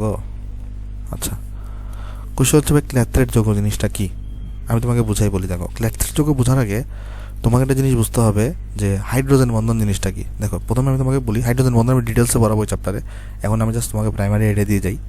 প্রথমে মনে রাখবা হাইড্রোজেন বন্ধন হচ্ছে একটা দুর্বল বন্ধন। ওকে, হাইড্রোজেন বন্ধন হচ্ছে একটা দুর্বল বন্ধন। তাহলে এখন তোমার প্রশ্ন আসবে, ভাই হাইড্রোজেন বন্ধন কার কার মধ্যে দেখতে পাওয়া যায়? হাইড্রোজেন যখন অধিক তড়িৎ ঋণাত্মক কোনো মৌলের সাথে যুক্ত থাকে তখন সেখানে হাইড্রোজেন বন্ধন দেখতে পাওয়া যায়। যেমন হাইড্রোজেন যদি ফ্লোরিনের সাথে যুক্ত থাকে, ফ্লোরিনের তড়িৎ ঋণাত্মকতা অনেক বেশি হয়, এইখানে কি দেখতে পারবা, হাইড্রোজেন বন্ধন দেখতে পারবা। অন্যদিকে দেখো, ধরো তুমি এখানে H2O নিছো, তাহলে হাইড্রোজেন এখানে অক্সিজেনের সাথে যুক্ত আছে, অক্সিজেনের তড়িৎ ঋণাত্মকতা কিন্তু অনেক বেশি থাকে, ফলে এখানে তুমি কি দেখতে পারবা, হাইড্রোজেন বন্ধন দেখতে পারবা। ওকে, অন্যদিকে তুমি যদি CH4 কে নাও বা তুমি যদি NH3 কে নাও, NH3 নাইট্রোজেনে কিন্তু তড়িৎ ঋণাত্মকতা মোটামুটি বেশি থাকে, তাই এখানেও কি দেখতে পারবো, তুমি হাইড্রোজেন বন্ধন দেখতে পারবা। তুমি যদি CH4 কে নাও, CH4 কার্বনের তড়িৎ ঋণাত্মকতা কিন্তু এত বেশি না, তাই এখানে আসলে হাইড্রোজেন বন্ধন দেখতে পাওয়া যায় না। ওকে, তাহলে যে জিনিসটা হবে, যে হাইড্রোজেন যখন অধিক তড়িৎ ঋণাত্মক মৌলের সাথে যুক্ত থাকে তখন সেই যৌগটার মধ্যে মানে এখানে কি দেখা যায়, হাইড্রোজেন বন্ধন দেখা যায়। তাহলে আমরা এখানে লিখতে পারি হাইড্রোজেন যখন অধিক তড়িৎ ঋণাত্মক মৌল যেমন ফ্লোরিন, অক্সিজেন, নাইট্রোজেন, ক্লোরিন এগুলা মৌলের সাথে যুক্ত থাকে, মৌলের সাথে যুক্ত থাকে, তখন হাইড্রোজেন বন্ধন দেখা যায়। ওকে, আচ্ছা এখন তুমি বলতে পারো ভাই পড়াই দিয়েছিলেন হচ্ছে যে ক্লেথ্রেট যৌগ চলে গেলেন হাইড্রোজেন বন্ধনে, কেন ভাই? আমি তোমাকে দেখাই, দেখো। আচ্ছা, ক্লেথ্রেট যৌগ জিনিসটা আমি তোমাকে কি বুঝাই বলি, দেখো। সো এখানে একটা যৌগ আছে জৈব যৌগের মধ্যে, যেটাকে আমরা বলি কুইনল। একটা জৈব যৌগের মধ্যে যৌগ আছে, আমরা কি বলি বলো তো? কুইনল বলি। হ্যাঁ, কুইনলে কি হয় আমি তোমাকে বুঝাই বলি, দেখো। কুইনল একটা জৈব যৌগ, এটা এক ধরনের, আমরা জৈব যৌগের মধ্যে এটা পড়াইছি অবশ্য, কিন্তু তুমি তো হয়তো জৈব যৌগ এখনো পড়ো নাই, কারণ আমি আশা করতেছি তুমি ফার্স্ট ইয়ারের স্টুডেন্ট, সেকেন্ড ইয়ার হলে তোমার পড়ে ফেলা উচিত। দেখো, তো জৈব যৌগের মধ্যে কুইনল একটা যৌগ থাকে। কুইনল যৌগে যেটা হয়, এখানে একটা বেনজিন থাকবে। কুইনল যৌগে যেটা হয়, এখানে একটা বেনজিন থাকবে এবং এই বেনজিনের সাথে দুইটা ওএস যুক্ত থাকবে। এই বেনজিনের সাথে কি থাকবে তোমার? এখানে দুইটা ওএস যুক্ত থাকবে। ওকে, তাহলে কুইনলের সাথে, কুইনল মানে কি একটা বেনজিন থাকবে, সেই বেনজিনের সাথে তোমার কি যুক্ত থাকবে? দুইটা ওএস যুক্ত থাকবে। ওকে ভাই, আচ্ছা আশা করি জিনিসটা আমরা এখানে বুঝতে পারছি। আচ্ছা, এখানে কাহিনী কী হবে দেখো তাহলে। এখানে ধরো কুইনলের একটা খণ্ড নিছো তুমি, ধরো কুইনলের একটা কি নিছো? একটা খণ্ড নিছো। তাহলে একটা কুইনল খণ্ডের মধ্যে অনেকগুলো তোমার কুইনল থাকবে। তাহলে এখানে দেখো, একটা কুইনলকে এখানে আঁকো, আমি তিনটা কুইনল নিয়ে বোঝাচ্ছি। দেখো, একটা কুইনলকে তুমি এখানে আঁকো। ওকে, এখানে একটা তুমি কুইনল আঁকছো, আর একটা কুইনলকে তুমি এখানে আঁকো। তারপর তো আর একটা কুইনলকে তুমি এখানে আঁকো। ওকে ভাই, আচ্ছা এখানে তাহলে দেখো, এবার আমি তোমাকে বুঝাই। দেখো, কুইনলে কি হয় যে পাশাপাশি দুইটা, আসলে এই যে এইখান থেকে একটা ওএইচ বের হবে, এর পাশ থেকে একটা ওএইচ বের হবে, মানে তুমি একটা ওএইচকে আগে ফিক্স করো, এর পাশ থেকে তোমাকে আরেকটা ওএইচ বের করতে হবে। ওকে, তাহলে জিনিসটা দেখো কীরকম। এখানে ধরো তুমি এখান থেকে একটা ওএইচকে নিছো, ধরো তুমি এখান থেকে একটা ওএইচকে নিছো। ওকে, তখন তোমার যেটা করতে হবে, এটাকে একটু পাশে নিয়ে আসি আমি, এটাকে চলো আমি একটু পাশে নিয়ে আসি আঁকার সুবিধার জন্য। ওকে, তাহলে চলো আমি এখান থেকে একটা ওএইচকে বের করতেছি। এখানে ধরো ও আছে, তো ধরো এইচটাকে আমি এখানে দেখাচ্ছি, আর এর পাশ থেকে একটা ওএইচকে বের করতেছি এখানে। দেখো, আমি তোমাকে বুঝাই বলতেছি। দেখো এখানে কি হচ্ছে, তোমার কাছে দেখবে একদম ইজি লাগছে জিনিসগুলো। চলো এটাকে যাতে আমি এদিকেও আঁকতে পারি, তাহলে আমি তোমাকে বুঝাই বলি এখানে কি হচ্ছে। দেখো, এখানে একটা আমি কুইনলকে নিছি, তাহলে কুইনলের একটা এখান থেকে আমি ওএইচ বের করছি, ওএইচটাকে আমি অক্সিজেনের সাথে হাইড্রোজেনের একটা আলাদা আলাদা বন্ধন দেখাচ্ছি। আচ্ছা আমাকে বলো তো, এখানে যদি ওএইচ নাও, তাহলে আরেকটা ওএইচকে এখানে নিতে হবে না এখানে নিতে হবে? এটা তোমার ইচ্ছা। তাহলে চলো আমরা একটা কাজ করি, এটাকে আমরা এই পাশে নিই, আরেকটা ওএইচকে আমি এই পাশে নিলাম। ওকে, কিন্তু পাশাপাশি নিতে হবে। ওকে, এখানেও দেখো অনুরূপভাবে একটা ওএইচকে আমি এখান থেকে বের করছি, আরেকটা ওএইচকে চাইলে আমি এখান থেকে বের করতে পারতাম, এটা আমার ইচ্ছা। তা আমি কী করছি, একটা ওএইচকে এখানে নেওয়ার পর একটা ওএইচকে পাশাপাশি নিয়েছি, পাশাপাশি নিতে হবে এখানে, কেমন? এটা তোমার ইচ্ছা। আচ্ছা, এইবার তাহলে এখানে দেখো, একটা ওএইচকে তাহলে তুমি যদি এখানে নাও, ধরো একটা ওএইচকে তুমি যদি এখানে নাও, একটা ওএইচকে তুমি যদি এখানে নাও, আরেকটা ওএইচকে মাস্ট বি পাশাপাশি নিতে হবে। মাস্ট বি তোমার এখানে কী করতে হবে? পাশাপাশি নিতে হবে। ওকে, পাশাপাশি নিতে হবে। অথবা আমি চলো এটাকে এই পাশে দেখাই, যে কোনো জায়গায় তুমি দেখাতে পারো ওএইচের সাথে। আচ্ছা, তাহলে এখানে আমরা কী করলাম দেখো, এখানে আমি তোমাকে দেখালাম আমরা হচ্ছে যে এখানে একটা কুইনল নিছি, এখান থেকে হচ্ছে আমরা একটা ওএইচ বের করছি, তাহলে এর পাশ থেকে একটা ওএইচ বের করতে হবে। এখন এই পাশ থেকে চাইলে বের করতে পারতে, এটা তোমার ইচ্ছা। তাহলে এখান থেকে একটা ওএইচ বের করছি, তাহলে এখান থেকে মাস্ট বি একটা পাশে থেকে একটা ওএইচ বের করতে হবে। এখান থেকে একটা ওএইচ বের করছি, তাহলে এখান থেকে একটা ওএইচ বের করতে হবে আমার এখানে। ওকে, আচ্ছা তাহলে এখানে কাহিনী কী হবে দেখো, এখানে কাহিনী যেটা হবে দেখো, এই অক্সিজেন তো তোমার হচ্ছে অধিকতর ঋণাত্মক, তাইলে সেখানে যেটা হবে, এখানে বন্ধনের মধ্যে দুটি ইলেকট্রন আছে না, এই ইলেকট্রনগুলো তো সাথে নিজের দিকে টান দিবে। কেন টান দিবে? যেহেতু সে অধিকতর ঋণাত্মক, ফলে এই হাইড্রোজেনটা কিন্তু আংশিক ধনাত্মক হয়ে যাবে, তাই না ভাই? কিন্তু এখানে আমি তোমাকে বুঝাই বলি, এখানে আমি একটা দিয়ে এখানে চলো এইভাবে না দেখায়, আমি চলো এটাতে দেখাই আসো। চলো আমরা এটাতে দেখাই, এখানে যে এইচ আছে না, এখানে দেখাই আসো, এখানে দেখাই আসো, এখানে তো একটা এইচ আছে, রাইট? এখানে একটা এইচ আছে, এখানে একটা এইচ আছে। তাহলে প্রতিটা বন্ধনে দুইটা করে ইলেকট্রন থাকে, আমরা সবাই জানি। এখন অক্সিজেন হচ্ছে অধিকতর ঋণাত্মক, তাহলে ইলেকট্রনগুলো এসে নিজের দিকে টান দিবে, ইলেকট্রনগুলো এসে নিজের দিকে টান দিবে। ফলে এইটা আংশিক ধনাত্মক হবে, এটা আংশিক ধনাত্মক হবে, এটা আংশিক ঋণাত্মক হবে, এটা আংশিক ঋণাত্মক হবে। দেখো জিনিসটা আমি তোমাকে বুঝাই বলি। এখানে বন্ধনে যে ইলেকট্রনগুলো আছে, যেহেতু অক্সিজেনের তড়িৎ ঋণাত্মকতা অনেক বেশি, তাই অক্সিজেন কিন্তু ইলেকট্রনটাকে নিজের দিকে টান দিবে তড়িৎ ঋণাত্মকতা বেশি হওয়ার কারণে। অনুরূপভাবে এখানেও নিজের দিকে টান দিবে। তাহলে অক্সিজেন ইলেকট্রনগুলো কিন্তু আংশিকভাবে অক্সিজেনের উপর চলে আসছে, তাই অক্সিজেনকে আমি নেগেটিভ বলতে পারি। আর হাইড্রোজেন থেকে ইলেকট্রনটাকে টেনে তো অক্সিজেন নিয়ে গেছে, তাহলে হাইড্রোজেন আংশিক পজিটিভ চার্জ তৈরি হয়েছে। কারণ আমরা সবাই কি জানি, পজিটিভ মানে কি ইলেকট্রনকে হারাই ফেলা, আর নেগেটিভ মানে কি ইলেকট্রনকে গ্রহণ করা বা ইলেকট্রন লাভ করা। তাহলে এখানে যে বন্ধনে যে ইলেকট্রনগুলো অংশগ্রহণ করতেছিল, এখানে অক্সিজেনের তড়িৎ ঋণাত্মকতা বেশি হওয়ার কারণে অক্সিজেন কিন্তু ইলেকট্রনকে নিজের দিকে টান দিয়ে নিয়ে আসবে। ফলে এখানে অক্সিজেনের উপর আংশিক নেগেটিভ চার্জ হবে, আর হাইড্রোজেন যদি ইলেকট্রন হারাই ফেলছে, তাহলে হাইড্রোজেনের উপর আংশিক পজিটিভ চার্জ হবে। কেমন? তাহলে এখানে বুঝো, এখানে তাহলে এটার উপর তাহলে আংশিক পজিটিভ চার্জ, এটার উপর তাহলে আংশিক নেগেটিভ চার্জ, এটার উপর আংশিক নেগেটিভ চার্জ, এটার উপর আংশিক পজিটিভ চার্জ, এটার উপর আংশিক নেগেটিভ চার্জ, এটার উপর আংশিক পজিটিভ চার্জ, এটার উপর আংশিক নেগেটিভ, এটার উপর আংশিক পজিটিভ, এটার উপর আংশিক নেগেটিভ চার্জ, এটার উপর আংশিক পজিটিভ চার্জ, এটার উপর আংশিক নেগেটিভ চার্জ, এটার উপর আংশিক পজিটিভ চার্জ, এরকম করে সৃষ্টি হবে। জিনিসটা বুঝো, প্রত্যেকটাতেই এখানে তো বন্ধনে তো দুইটা করে ইলেকট্রন থাকে, কিন্তু অক্সিজেনের তড়িৎ ঋণাত্মকতা বেশি হওয়ার কারণে অক্সিজেন নিজের দিকে টেনে নিয়ে আসবে। আর এর ফলে অক্সিজেনের উপর তাহলে একটা আংশিক নেগেটিভ চার্জ তৈরি হবে। আংশিক চার্জ তো, তাই এটাকে আমি এই ডেল প্লাস দিয়ে লিখি। এটাকে আমরা এটা দ্বারা কী বোঝাই বলো তো? এটা দ্বারা বোঝায় আংশিক চার্জ, আংশিক ধনাত্মক চার্জ পজিটিভ দ্বারা বোঝাচ্ছে, আর ডেল মাইনাস দ্বারা আংশিক ঋণাত্মক চার্জ বোঝায়। কেমন? আচ্ছা, এখানে তারা একটা জিনিস লক্ষ্য করে দেখো, এই যে হাইড্রোজেনটা আছে, এটা পজিটিভ চার্জ আংশিক হয়েছে, আর এখানে অক্সিজেনের মধ্যে নেগেটিভ চার্জ হয়েছে। তাহলে এদের মধ্যে অনেকটা এই পজিটিভ নেগেটিভ মধ্যে একটা দুর্বল বন্ধন সৃষ্টি হবে। বেসিক্যালি এটাকে আমরা হাইড্রোজেন বন্ধন বলি। ওকে, যেমন এখানে দেখো, এখানে এই হাইড্রোজেন এবং এই অক্সিজেনের মধ্যে এখানে কিন্তু একটা দেখো দুর্বল বন্ধন সৃষ্টি হবে। এটা আমরা ডটেড লাইন দিয়ে দেখাই। তারপরে এই হাইড্রোজেন এবং এই অক্সিজেন, এদের মধ্যে এখানে কী হবে? একটা দুর্বল বন্ধন সৃষ্টি হবে। তো এটাকে আমরা এভাবে করে দেখাতে পারি। এখন তুমি প্রশ্ন করতে পারো, ভাই তাহলে এই নেগেটিভ এবং এই পজিটিভ মধ্যে সৃষ্টি হবে না? হবে, কিন্তু এটা অনেক দূরে বলে এটাকে আমরা নাও চিন্তা করতে পারি। এখানে আসলে দূরে বলে আমরা নাও চিন্তা করতে পারি। এখানে আমরা এদের মধ্যে দূরত্ব অনেক বেশি বলে এই বন্ধনটাকে আমরা নাও কনসিডার করতে পারি। কনসিডার করলেও সমস্যা নেই, কারণ দেখো কেন কনসিডার করবো না। প্রথম কথা, হাইড্রোজেন বন্ধন হচ্ছে একে অনেক দুর্বল বন্ধন, তারপর এরা অনেক দূরে দূরে আছে। এই যে এই পজিটিভ আর নেগেটিভ অনেক দূরে দূরে আছে, এই পজিটিভ নেগেটিভ অনেক দূরে দূরে আছে। এটাও কিন্তু এখানে চিত্র মনে হচ্ছে কাছে, কিন্তু আসলে অ্যাকচুয়ালি দূরে আছে। ওকে, তো এখানে যেটা হয় আসলে, তাহলে তোমার কাছাকাছিগুলোর মধ্যে আমি এখানে একটা বন্ধন চিন্তা করতে পারি, কাছাকাছি পজিটিভ নেগেটিভের মধ্যে। এটাকে আমরা কি বলি? হাইড্রোজেন বন্ধন বলি।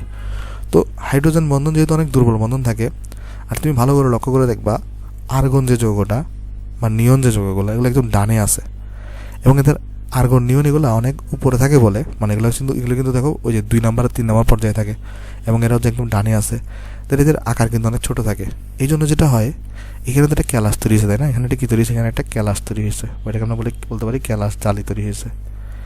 এই ক্যালাস জালির মধ্যে আর্গন আর তোমার নিয়নগুলো অনেক ছোটো ছোটো থাকে বলে এটার মধ্যে দিয়ে আর্গন ভিতরে প্রবেশ করে যায়। এই যৌগটার মধ্যে আর্গন এখানে কি করে? ভিতরে প্রবেশ করে ফেলে। আর তখন আর্গন যখন এখানে ভিতরে প্রবেশ করে ফেলে, এই কমপ্লিট যৌগটাকে তখন আমরা বলি আর্গন কুইনল ক্ল্যাথরেট যৌগ। প্রথম করে দেখো, এটা তো কুইনল ছিল, রাইট? আর্গন এখানে প্রবেশ করে ফেলছে, তখন এই যৌগটাকে আমরা বলি আর্গন কুইনল ক্ল্যাথরেট যৌগ। যদি নিয়ন প্রবেশ করতো, তাহলে আমরা বলতাম নিয়ন কুইনল ক্ল্যাথরেট যৌগ। তাহলে ক্ল্যাথরেট যৌগ জিনিসটা আমি তোমাকে বুঝাই বলি এখানে কী হয়। তাহলে যখন তুমি একটা ক্যালাস জালি নিবা, যেখানের মধ্যে দুর্বল বন্ধন থাকবে, তখন এই জালি ছিদ্রের মধ্য দিয়ে তোমার এখানে ছোটো ছোটো যে নিষ্ক্রিয় গ্যাসগুলো আছে, যেমন আর্গন অথবা নিয়ন, বেসিক্যালি ক্ল্যাথরেট যৌগ দুইটা মৌল গঠন করে, একটা হচ্ছে আর্গন, একটা হচ্ছে তোমার নিয়ন। তো এরা এই ছিদ্রের মধ্যে প্রবেশ করে এখানে আটকা পড়ে যায় জালির মধ্যে। তো তখন এই যে যৌগটা গঠিত হয়, সেটাকে আমরা বলি ক্ল্যাথরেট যৌগ। তাহলে ক্ল্যাথরেট যৌগ যদি আমাকে কেউ ডেফিনেশন জিজ্ঞেস করে, তাহলে আমি কি ডেফিনেশন কী বলবো? যে ক্যালাস জালির মধ্যবর্তী ফাঁকা স্থানে নিষ্ক্রিয় গ্যাস অবরুদ্ধ হয়ে ক্ল্যাথরেট যৌগ গঠন করে। তাহলে আমি যদি এখানে ক্ল্যাথরেট যৌগ ব্যাপারে লিখতে চাই, তাহলে এখানে আমরা লিখবো ক্যালাস জালির, আশা করি এটা বুঝতে পারছো, এখানে ক্যালাস জালির মধ্যবর্তী ফাঁকা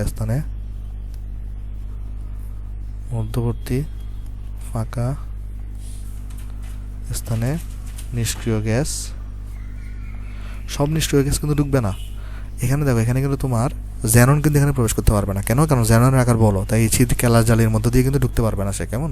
ছিদ্রের ছোটো ছিদ্রের মধ্যে ঢুকতে পারবে না। তাহলে নিষ্ক্রিয় গ্যাস যেমন তোমার হচ্ছে আর্গন বা হচ্ছে নিয়ন, ওকে, আর্গন বা নিয়ন, নিষ্ক্রিয় গ্যাস অবরুদ্ধ হয়ে তোমার এখানে ক্লেথ্রেট যৌগ গঠন করে। নিষ্ক্রিয় গ্যাস অবরুদ্ধ হয়ে ক্লেথ্রেট যৌগ গঠন করে। ক্লেথ্রেট যৌগ গঠন করে। কেমন? আশা করি জিনিসটা ক্লেথ্রেট যৌগ জিনিসটা কি সেটা আমরা আশা করি এখানে ভাই বুঝতে পারছি। আচ্ছা, এখানে একটা জিনিস আমি তোমাকে পরেতে বলে গেছি, সেটা হচ্ছে যে এখানে অ্যাপ ব্লগের আরেকটু করে আলোচনা আছে। দাঁড়াও, তাহলে এখানে আমি চলো এখানে একটা জিনিস তোমাকে আমি পড়াই দিই। এখানে সরি, অ্যাপ ব্লগ বলতেছিলাম, ওই যে গ্রুপ 17 নিয়ে। গ্রুপ 17 এক্সট্রা একটা আলোচনা আছে, এটা আমি পরেতে ভুলে গেছি। তারপর আমি আবার গ্রুপ 18-তে চলে যাবো। কেমন? সরি ভাই, আমি খেয়াল করিনি আসলে, হঠাৎ করে মনে পড়লো এটা আমার। দেখো, আচ্ছা, তো গ্রুপ 17-তে একটা এক্সট্রা আলোচনা কি, যে তোমার আমরা সবাই জানি আমাদের যে সমুদ্রের পানি থাকে, সমুদ্রের পানিতে আসলে ব্রোমাইড আয়ন থাকে, বুঝছো? তো ব্রোমাইড আয়নটা সমুদ্রের পানিতে সোডিয়াম ব্রোমাইড যৌগ হিসেবে থাকে। ওকে, তাহলে আমরা যদি একটু করে খেয়াল করে দেখি, ধরো এটা হচ্ছে আমাদের সমুদ্রের পানি, সাপোজ এটা হচ্ছে আমাদের সি ওয়াটার, সমুদ্রের পানি। তো এই সমুদ্রের পানিতে আসলে ব্রোমাইড আয়ন থাকে, বুঝছো? ব্রোমিনের আয়ন থাকে আর কি, হ্যাঁ, ব্রোমাইড আয়ন থাকে। তো এই ব্রোমাইড আয়নটা কী হিসেবে থাকে? অ্যাকচুয়ালি সমুদ্রের পানিতে ব্রোমাইড আয়নটা সোডিয়াম ব্রোমাইড যৌগ হিসেবে থাকে। তাহলে মনে রাখবা, সমুদ্রের পানিতে ব্রোমাইড আয়ন, তো আমরা এটাকে এইভাবে লিখতে পারি, সমুদ্রের পানিতে ব্রোমাইড আয়ন, ব্রোমাইড আয়ন, এই যে ব্রোমাইড আয়ন যেটাকে আমরা Br মাইনাস বলি, ব্রোমাইড আয়ন সোডিয়াম ব্রোমাইড হিসেবে থাকে। সোডিয়াম ব্রোমাইড NaBr যৌগ হিসেবে বিদ্যমান থাকে, যৌগ হিসেবে বিদ্যমান থাকে। তার আমরা এখানে কি বললাম ভাই? আমরা এখানে বললাম আমাদের যে সমুদ্রের পানি আছে, এই সমুদ্রের পানিতে অ্যাকচুয়ালি আসলে কী হয় বলতো, এই ব্রোমাইড আয়নটা সোডিয়াম ব্রোমাইড হিসেবে থাকে সমুদ্রের পানিতে, বুঝছো? আচ্ছা, এখানে তার মানে এখানে অসংখ্য সোডিয়াম প্লাসও থাকে আর কি, এখানে অসংখ্য কী থাকে? সোডিয়াম প্লাস থাকে। তো অ্যাকচুয়ালি তাহলে যেটা হয়, আমাদের সমুদ্রের পানিতে তোমার হচ্ছে ভাই এই ব্রোমাইড আয়নটা সোডিয়াম ব্রোমাইড যৌগ হিসেবে থাকে। এখন এখানে যে কাহিনিটা হয়, তুমি যদি কোনো কারণে এই সমুদ্রের পানির মধ্যে যদি ক্লোরিন গ্যাসকে চালনা করো, তাহলে কী হয় চলো আমরা দেখি আসো। এই সমুদ্রের পানির মধ্যে যদি আমি কোনো কারণে কী করি, Cl2 গ্যাসকে চালনা করি, তাহলে কী হয় দেখি আসো। কেমন? দেখো, এখানে তাহলে তোমার সমুদ্রের পানির মধ্যে কী আছে? সোডিয়াম ব্রোমাইড আছে। এখন তুমি এখানে হচ্ছে যে ক্লোরিন গ্যাসকে চালনা করছো, Cl2-কে, তাহলে কী হবে দেখো। তুমি যদি একটু ছকের মধ্যে তাকাও, আমরা সবাই দেখছিলাম যে সবার উপরে থাকে ফ্লোরিন, তারপরে থাকে ক্লোরিন, তারপরে থাকে তোমার এখানে ব্রোমিন, তারপরে থাকে তোমার আয়োডিন, তারপর থাকে তোমার এখানে অ্যাস্টাটাইন। তো আর তুমি যদি আজকে তোমাকে একটু আগে আমি পড়েছিলাম যে সক্রিয়তার ক্রমে ফ্লোরিন ছিল আগে, ক্লোরিনের পরে ব্রোমিনের পরে। তাহলে আমরা এখানে দেখছিলাম যে সক্রিয়তার ক্রম যদি আমরা দেখি, এখানে সক্রিয়তার ক্রম এখানে মধ্যে আমরা একটু আগে দেখে আসছিলাম, ফ্লোরিনের সক্রিয়তা সবচেয়ে বেশি, তারপরে ক্লোরিনের, তারপরে ব্রোমিনের, তারপরে আয়োডিনের, তারপরে অ্যাস্টাটাইনের। এখন এখানে যে কাহিনিটা হবে, তুমি যদি এই দুটাকে লক্ষ্য করে দেখো, ক্লোরিন এবং ব্রোমিনের মধ্যে ক্লোরিনের সক্রিয়তা কিন্তু ব্রোমিন থেকে কিন্তু বেশি। তাই আমরা জানি সক্রিয়তা যদি বেশি হয়, তাহলে সেই ক্ষেত্রে ক্লোরিনটা তখন কী করতে পারবে? ব্রোমিনটাকে প্রতিস্থাপিত করতে পারবে। কেমনে? কারণ এইটার সক্রিয়তা কিন্তু বেশি, এই যে এর সক্রিয়তা বেশি হওয়ার কারণে সে কিন্তু ব্রোমিনকে তোমার এখানে কী করতে পারবে? প্রতিস্থাপিত করতে পারবে। ফলে এর ফলে কী হবে? এই যে ক্লোরিনটা তখন ব্রোমিনকে প্রতিস্থাপিত করে সোডিয়াম ক্লোরাইড তৈরি করবে, এবং এখানে তোমার Br2 গ্যাস তৈরি হবে। এখানে একটা 2 দিয়ে দাও, এখানে একটা 2 দিয়ে দাও। তাহলে কাহিনী হিসেবে কি দেখো, এখানে তোমার সমুদ্রের পানিতে ব্রোমাইড আয়ন ছিল সোডিয়াম ব্রোমাইড হিসাবে। এর মধ্যে তুমি যখন ক্লোরিন গ্যাস চালনা করছো, তখন এখানে যেহেতু ক্লোরিন গ্যাসটা তোমার অধিক সক্রিয়, কার থেকে? ব্রোমিন থেকে, তাই ক্লোরিনটা তোমার ব্রোমিনকে প্রতিস্থাপিত করে ফেলবে। ফলে এখানে এসে ক্লোরিন বসবে এবং ব্রোমিন তখন ব্রোমিন যৌগ হিসেবে বা ব্রোমিন তরল হিসেবে তোমার এটা তখন বের হয়ে যাবে। ওকে, এভাবে হচ্ছে আমরা আসলে আমাদের খাবার লবণ সংগ্রহ করি। আমরা দেখছি না আমাদের খাবার লবণটা কী হয়, নর্মালি সোডিয়াম ক্লোরাইড হয়। তো কিন্তু সমুদ্রের পানিতে সোডিয়াম ক্লোরাইড পাওয়া যায় না। সোডিয়াম ক্লোরাইড এখানে আসলে অ্যাকচুয়ালি যেটা হয়, সমুদ্রের পানিতে সোডিয়াম ব্রোমাইড থাকে। দেন ওই সমুদ্রের পানিটাকে সংগ্রহ করে সেখানের মধ্যে ক্লোরিন গ্যাস চালনা করা হয়। সেখানের মধ্যে ক্লোরিন গ্যাস চালনা করলে আমার এখানে তোমার তখন এই আমাদের খাদ্য লবণ তৈরি হবে, এবং এখানে তোমার হচ্ছে ভাই ব্রোমিন তরল তৈরি হবে। এটা লিকুইড। আমরা সবাই জানি ব্রোমিন কী হয়, লিকুইড হয় বা তরল হয়। ওকে, তার মানে এটাকে যদি চাই আমি আয়ন আকারে দেখাইতে, আমি চাইলে আয়ন আকারেও দেখাতে পারি। কীভাবে? 2Br-, এটার সাথে তাহলে আমরা Cl2 যুক্ত করলাম, এখান থেকে তাহলে 2Cl- তৈরি হবে, আর এখানে Br2 তৈরি হবে। কারণ দেখো এখানে এই যে NaCl-কে তুমি Cl- আকারে দেখাতে পারো, বা NaBr-কে তুমি Br- আকারে দেখাতে পারো। তাহলে এটা আমি যৌগ হিসেবে তোমাকে দেখাই দিলাম, বিক্রিয়াটা আয়ন হিসেবে কী হবে সেটাও তোমাকে আমি দেখাই দিলাম। আচ্ছা, এটা অনেক ইম্পর্টেন্ট জিনিস, এটা পরীক্ষা আসে, এটা মনে রাখবো আমরা এখানে। তাহলে চলো আমি লেখাটা এখানে লিখি। আমি এখানে লিখতে পারি এখানে এরকম যে পর্যায় সারণীতে Cl2 গ্যাস Br অপেক্ষা সক্রিয় হয় ইহা ব্রোমাইড আয়নকে প্রতিস্থাপিত করে ব্রোমাইড আয়নকে প্রতিস্থাপন করে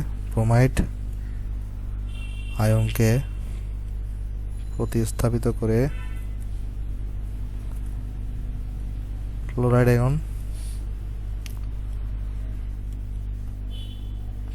আয়ন ও ব্রোমিন তরল মানে Br2 উৎপন্ন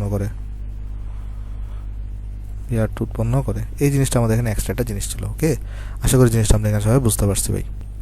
তাহলে এরপরে চলো আমরা নতুন একটা টপিকে যাই। আর আমরা এখন দেখবো তোমার এখানে এই যে নিষ্ক্রিয় গ্যাস যারা ছিল না, তো এদের আসলে নামগুলো করতে আসছে। আমরা যে হিলিয়াম দেখলাম, তারপরে তোমার এখানে আমরা যে নিয়ন দেখলাম, আর্গন দেখলাম। তো চলো আমরা তাহলে দেখার চেষ্টা করি যে নিষ্ক্রিয় গ্যাসের নামসমূহের উৎপত্তি। নিষ্ক্রিয়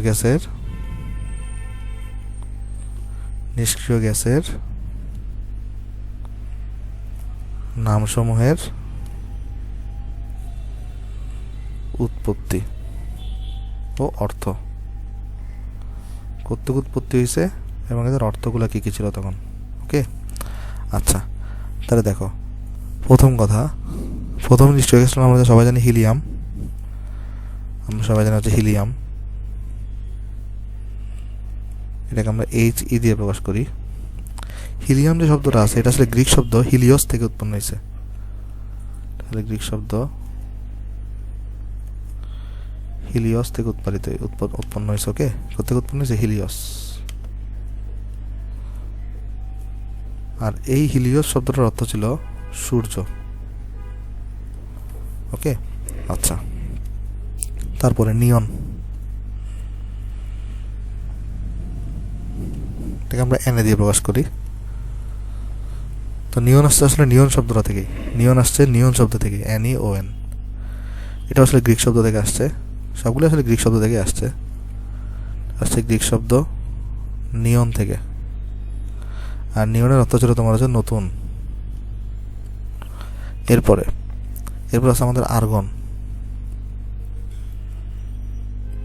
কথাটা আসছে তোমার হচ্ছে ভাই আর্গস শব্দ থেকে, গ্রিক শব্দ আর্গস থেকে।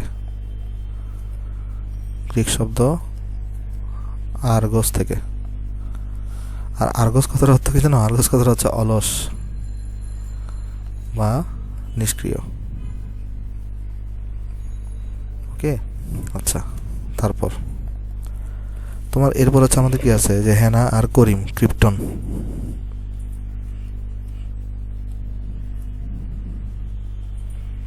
এটাকে আমরা কেয়ার বলি। তো ক্রিপ্টন কথাটা আসছে গ্রিক শব্দ ক্রিপ্টন থেকেই।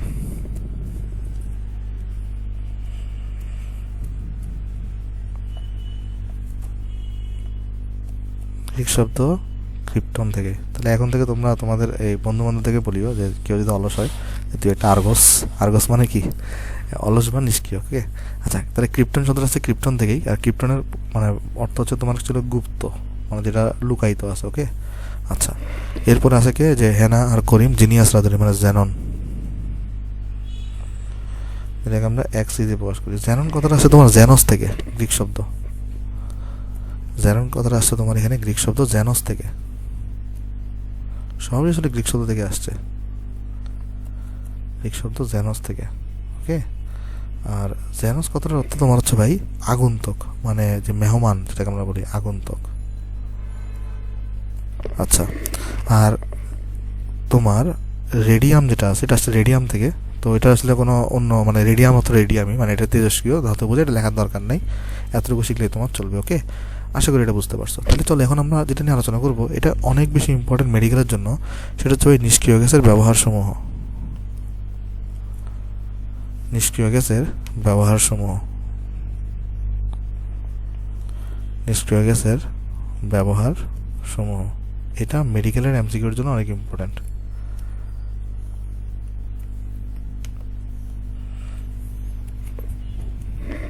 এখানে লিখে দিই যে ইম্পর্টেন্ট ফর মেডিকেল এমসিকিউ। ওকে, এটা বাদ দিও না ভাই যারা মেডিকেলে পরীক্ষা দিবে তারা। তো চলো আমরা প্রথমে দেখবো হচ্ছে ভাই তোমার হিলিয়ামের ব্যবহার। হিলিয়ামের ব্যবহার প্রথমে মনে রাখবা, হিলিয়াম যেটা আছে না, হিলিয়ামগুলো তোমার বাতাসের চেয়ে অনেক হালকা হয়। তো এই বাতাসের চেয়ে অনেক হালকা হওয়ায় এটা বেলুনে ব্যবহার করা হয়। কেন বেলুনে যদি হিলিয়াম ব্যবহার করা হয়, যেহেতু এটা বাতাস থেকে অনেক হালকা, তাই বেলুনটা উপরের দিকে উঠতে পারে। তাহলে যেটা হিলিয়ামের প্রথম ব্যবহার মনে রাখবা, 1 নম্বর ব্যবহার, এটা হচ্ছে যে বাতাস অপেক্ষা হালকা হওয়ায়, বাতাস অপেক্ষা হালকা হওয়ায় বেলুনে ব্যবহার করা হয়, বেলুনে ব্যবহার করা হয়। ওকে, আচ্ছা। 2 নম্বর, আমরা একটা টার্মের সাথে সবাই পরিচিত হয়তো, সুপার কন্ডাক্টর। সুপার কন্ডাক্টর হচ্ছে এমন পরিবাহী যাদের মধ্যে একটা নির্দিষ্ট তাপমাত্রা পর্যন্ত কোনো লস হয় না। তুমি যদি নর্মাল তোমাদের বাসা বাড়ির ওয়াইফাই তার দেখো বা যে কোনো তার দেখো, সেগুলো হচ্ছে নর্মাল কন্ডাক্টর। সেগুলোর মধ্যে কিন্তু যখন কারেন্ট যায় তখন কিন্তু সেখানে লস হয়। কিন্তু সুপার কন্ডাক্টর হচ্ছে যে এমন একটা কন্ডাক্টর যেগুলোর মধ্যে একটা মানে সার্টেন টেম্পারেচার পর্যন্ত কোনো লস হয় না। যদি তুমি ওই টেম্পারেচারের উপরে নিয়ে যাও তাহলে লস হওয়া স্টার্ট হবে। তো এই সুপার কন্ডাক্টরগুলোতে হিলিয়ামকে ব্যবহার করা হয়। ওকে, তাহলে মনে রাখবা, সুপার কন্ডাক্টরে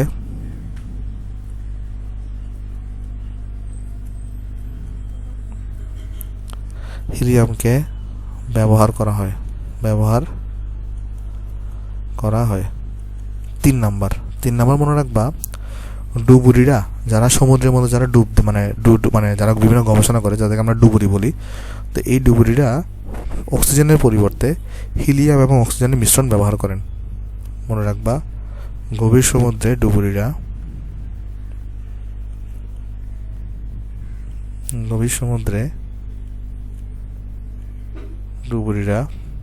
অক্সিজেনের পরিবর্তে O2 এর পরিবর্তে হিলিয়াম ও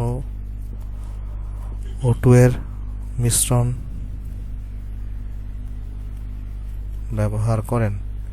এখন তোমাদের মনে অনেকের প্রশ্ন আসবে যে ভাই কেন হচ্ছে যে অক্সিজেনের পরিবর্তে হিলিয়াম এবং অক্সিজেনের মিশ্রণ ব্যবহার করেন। আমি সব তোমাকে আলোচনা করাবো, এটা নিয়ে আলোচনা করবো। কেমন, জাস্ট আমি তোমাকে লিখে যাই ব্যবহারগুলো কি, তুমি জেনে রাখো আগে। এরপর মনে রাখবা, ওই যে ওয়েল্ডিং করা হয় না, যে তোমার ধরো হচ্ছে যে বিভিন্ন বাসাবাড়ির যে গ্রিলগুলো থাকে সেটাকে ওয়েল্ডিং করা হয়, বা ধাতব যন্ত্রপাতির ওয়েল্ডিং করা হয়। এই ওয়েল্ডিং করার সময় হিলিয়াম এবং আর্গন ব্যবহার করা হয়। ওয়েল্ডিংয়ের সময় মনে রাখবা, ওয়েল্ডিংয়ের সময়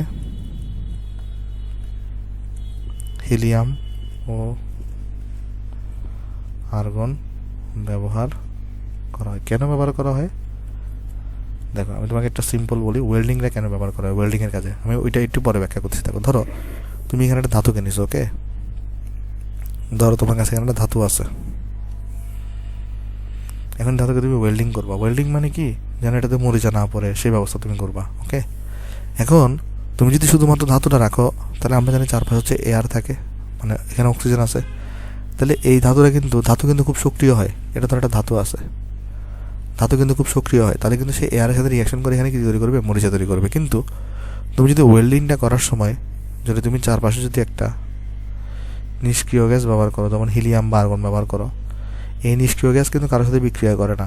ফলে এই নিষ্ক্রিয় গ্যাসটা এই এয়ারটাকে, সে যদি বিক্রিয়াই করে না, এই নিষ্ক্রিয় গ্যাসটা এই এয়ারটাকে তোমার হচ্ছে যে ভাই ধাতুর মধ্যে পৌঁছাইতে দিবে না। কারণ কেন? কারণ সে তো এর সাথে বিক্রিয়াই করে না। সে চিন্তা করে দেখো, ধরো তুমি যদি এখানে হিলিয়াম ছাড়া যদি তুমি রাখতা, তাহলে যেটা হইতো, এই এয়ারটা এসে সরাসরি ধাতুর সাথে রিয়াকশন করার সুযোগ পাইতো। তুমি যদি এখানে ওয়েল্ডিং করার সময় যদি হিলিয়ামকে দিয়ে দাও, তাহলে যেটা হবে, হিলিয়ামতে একটা নিষ্ক্রিয় আবহাওয়া সৃষ্টি করবে। এই নিষ্ক্রিয় আবহাওয়া সৃষ্টির কারণে, কারণ হিলিয়াম কিন্তু কারোর সাথে রিয়াকশন করে না, ফলে এয়ার কিন্তু ধাতুর সাথে সংস্পর্শে আসতে পারবে না। কেন? কারণ তুমি এখানে একটা নিষ্ক্রিয় আবহাওয়া সৃষ্টি করছো। কার দ্বারা? হিলিয়াম অথবা আর্গন দ্বারা। হিলিয়ামও রাখতে পারো, আর্গনও রাখতে পারো। ওকে, তাহলে এই হিলিয়াম এবং আর্গন রাখা হয় কেন? নিষ্ক্রিয় আবহাওয়া সৃষ্টির জন্য। কি সৃষ্টির জন্য? নিষ্ক্রিয় আবহাওয়া সৃষ্টির জন্য। ওকে, আশা করি জিনিসটা আমরা এখানে সবাই বুঝতে পারছি। আচ্ছা, তাহলে এখন আমরা তো এখানে হিলিয়ামের ব্যবহার দেখছি। এই যে আমরা একটু পরে এটা ডিটেলস আলোচনা করবো যে কেন গভীর সমুদ্রে অক্সিজেনের পরিবর্তে হিলিয়াম এবং অক্সিজেনের মিশ্রণ ব্যবহার করে। আমি এটার জন্য দুটো চিত্র রাখছি। এই যে দেখো, চিত্র আমরা রাখছি, আমরা ব্যাখ্যা করবো একটু পরেই। আগে চলো আমি ব্যবহার করে দেখে আসি। যেমন আমরা চলে আবার দেখি নিয়নের ব্যবহার। ওকে, তাহলে আমরা এখন দেখে আসো ভাই তোমার নিয়নের ব্যবহার। নিয়নকে কোথায় কোথায় ব্যবহার করা হয়? নিয়নের ব্যবহার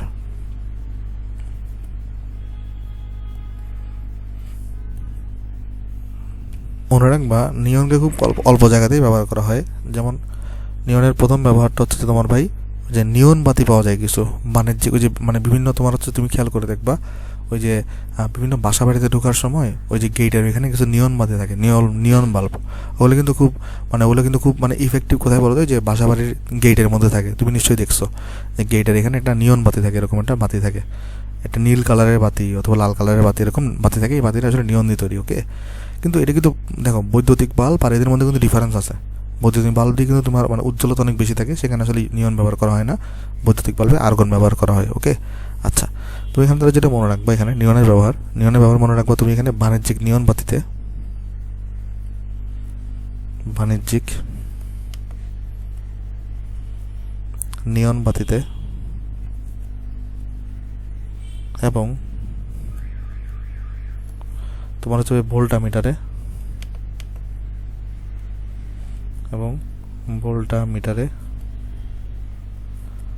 নিয়ন ব্যবহৃত হয়। 2 নম্বর মনে রাখবা, লেজার বিমে ওই যে লেজার আছে না, লেজার মানে যে ওই যে লাল লাল লেজার, মানে পুলিশেরা ইউজ করে, ট্রাফিক পুলিশেরা। লেজার বিমে নিয়ন ব্যবহৃত হয়। ওকে, আচ্ছা, তাহলে চলো আমরা এখন দেখি তোমার আর্গনের ব্যবহার।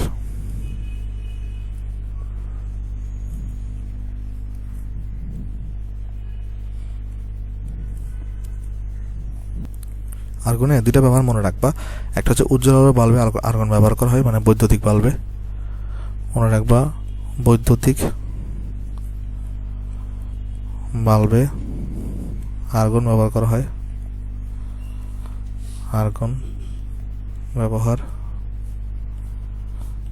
হয়।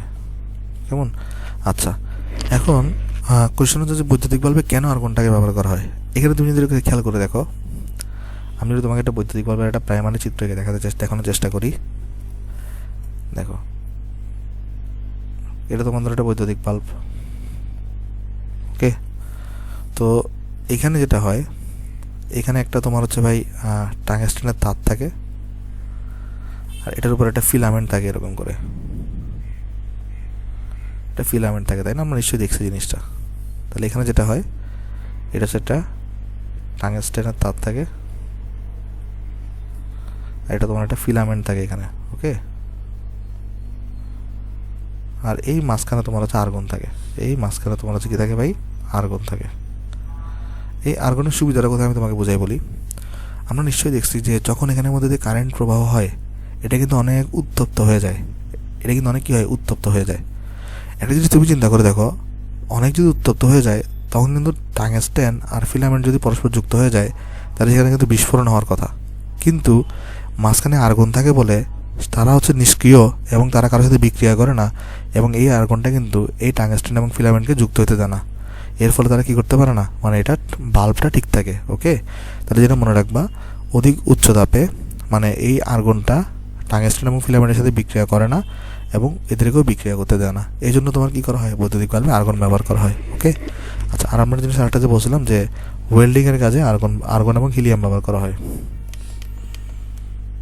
ওয়েল্ডিংয়ের কাজে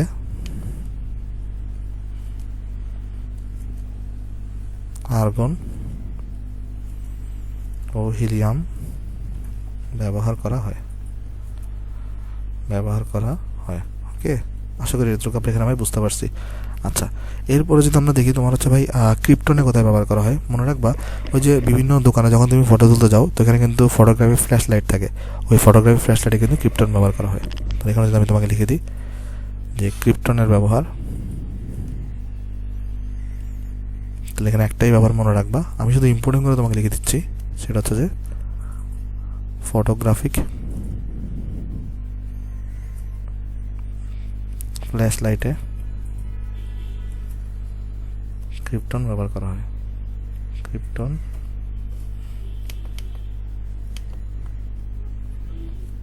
ব্যবহার করা হয়, কেমন, এটা মাথা রাখবা, ক্রিপ্টন ব্যবহার করা হয়। আচ্ছা, আমি রেডন থেকে কি মনে রাখবো, মনে রাখবা রেডন যারা থাকে তারা নর্মালি তেজস্ক্রিয় মৌল হয় এবং এটা ক্যান্সারের চিকিৎসায় ব্যবহৃত হয়। ওকে, তাহলে মনে রাখবা রেডন যেটা আছে আরএন এর ব্যবহার রেডন তেজস্ক্রিয়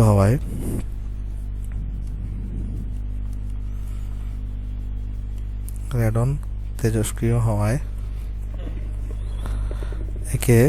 একে ক্যান্সারের চিকিৎসায় ব্যবহার করা হয়। একে ক্যান্সারের চিকিৎসায় ব্যবহার করা হয়। ওকে, তাহলে এটা আমরা এগুলো মাথায় রাখবো যে এদের কার কী ব্যবহার, এগুলো আমরা টাইম সিকের জন্য মনে রাখবো। তাহলে এখন আমরা তো দেখার চেষ্টা করি যে আমরা কেন গভীর সমুদ্রের ডুবুরিরা অক্সিজেনের পরিবর্তে হিলিয়াম এবং অক্সিজেন মিশ্রণ ব্যবহার করেন। চলো এই ফিগারটা থেকে আমরা দেখার চেষ্টা করি। তাহলে এখানে আমাদের কোয়েশ্চনটা হচ্ছে এখানে এরকম যে গভীর সমুদ্রে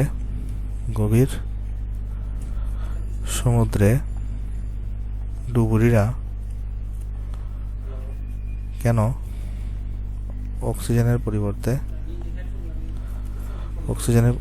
পরিবর্তে হিলিয়াম ও অক্সিজেনের মিশ্রণ ব্যবহার করে। তাহলে আমাদের কোয়েশ্চনটা কি ভাই, যে তোমার এখানে গভীর সমুদ্রে ডুবুরিরা কেন অক্সিজেনের পরিবর্তে হিলিয়াম এবং অক্সিজেনের মিশ্রণ ব্যবহার করে। তাহলে চলো এই জিনিসটা আমরা একটু করে বোঝার চেষ্টা করি। যে সাপোজ ধরো আমাদের আসলে কি হয়, যদি আমাদের একটা হিউম্যান যদি নোজ হয়, মানে আমাদের যদি নাক হয় আমাদের, ওকে, তো আমরা আমাদের নাক দিয়ে কি গ্রহণ করতে হয়, সেখানে নোজ টোজ কিছু হয়নি। ধরো আমি এমনি তোমাকে বোঝাই, আমাদের যে নাক থাকে, তো এই নাকে আমরা আসলে কি গ্রহণ করি, এয়ার গ্রহণ করি, বাতাস গ্রহণ করি, মানে শ্বাস প্রশ্বাসের সময় আমরা যখন কী করি ভাই, শ্বাস প্রশ্বাস নিই। আমরা যখন তোমার শ্বাস প্রশ্বাসে বেসিক্যালি হচ্ছে আমরা এয়ার গ্রহণ করি। ওকে, তো এই এয়ারের মধ্যে আমরা সবাই জানি তোমার হচ্ছে ভাই 21% থাকে হচ্ছে যে 21% থাকে তোমার হচ্ছে যে ভাই অক্সিজেন, 78% থাকে তোমার হচ্ছে ভাই নাইট্রোজেন, এবং 1% থাকে তোমার হচ্ছে ভাই অন্যান্য আদার গ্যাস।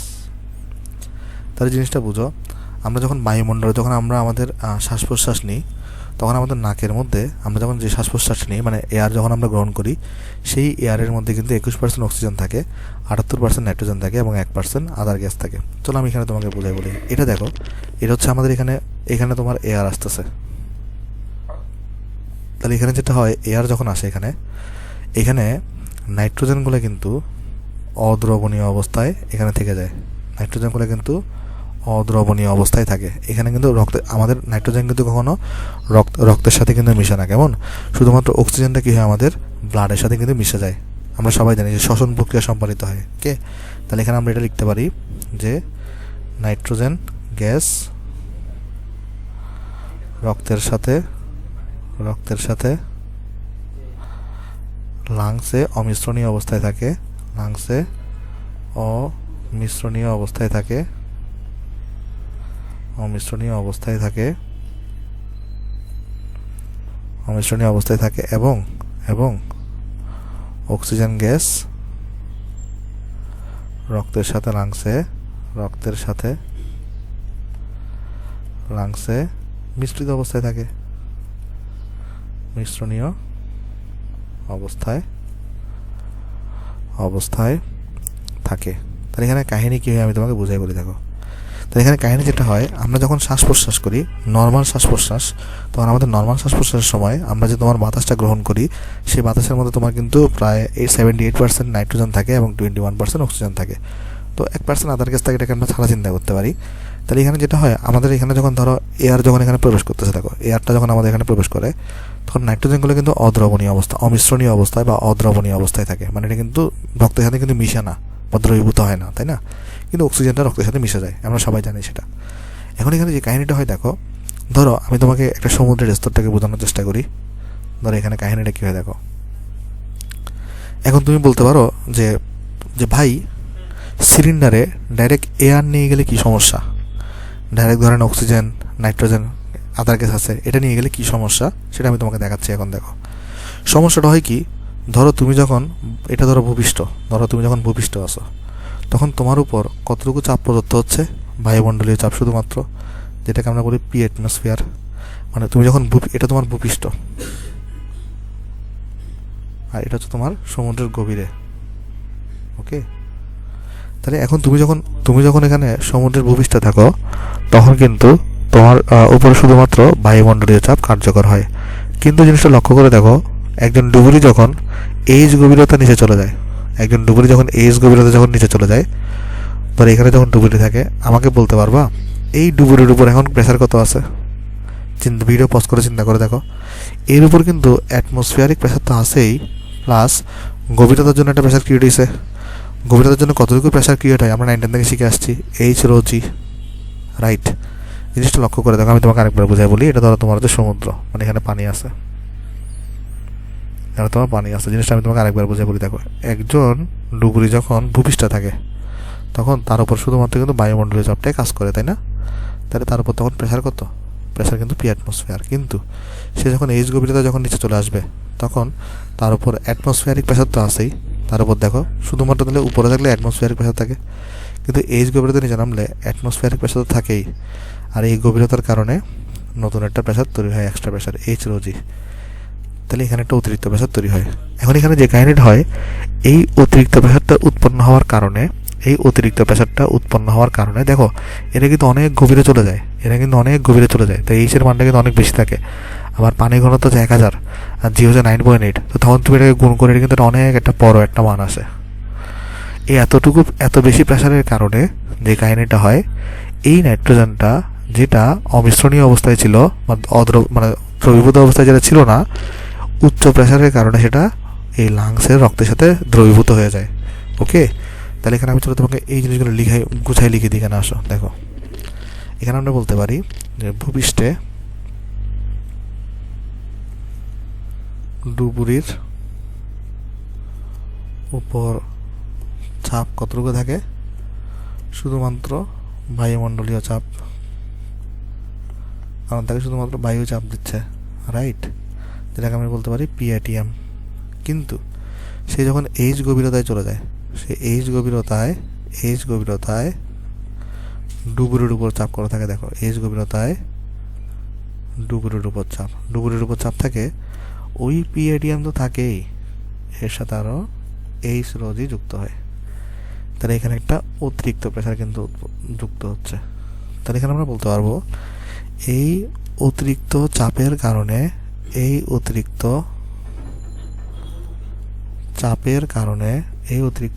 কারণে নাইট্রোজেন গ্যাস ফুসফুসের রক্তে মিশ্রিত হয়ে যায়, যা আগে অমিশ্রণীয় অবস্থায় ছিল,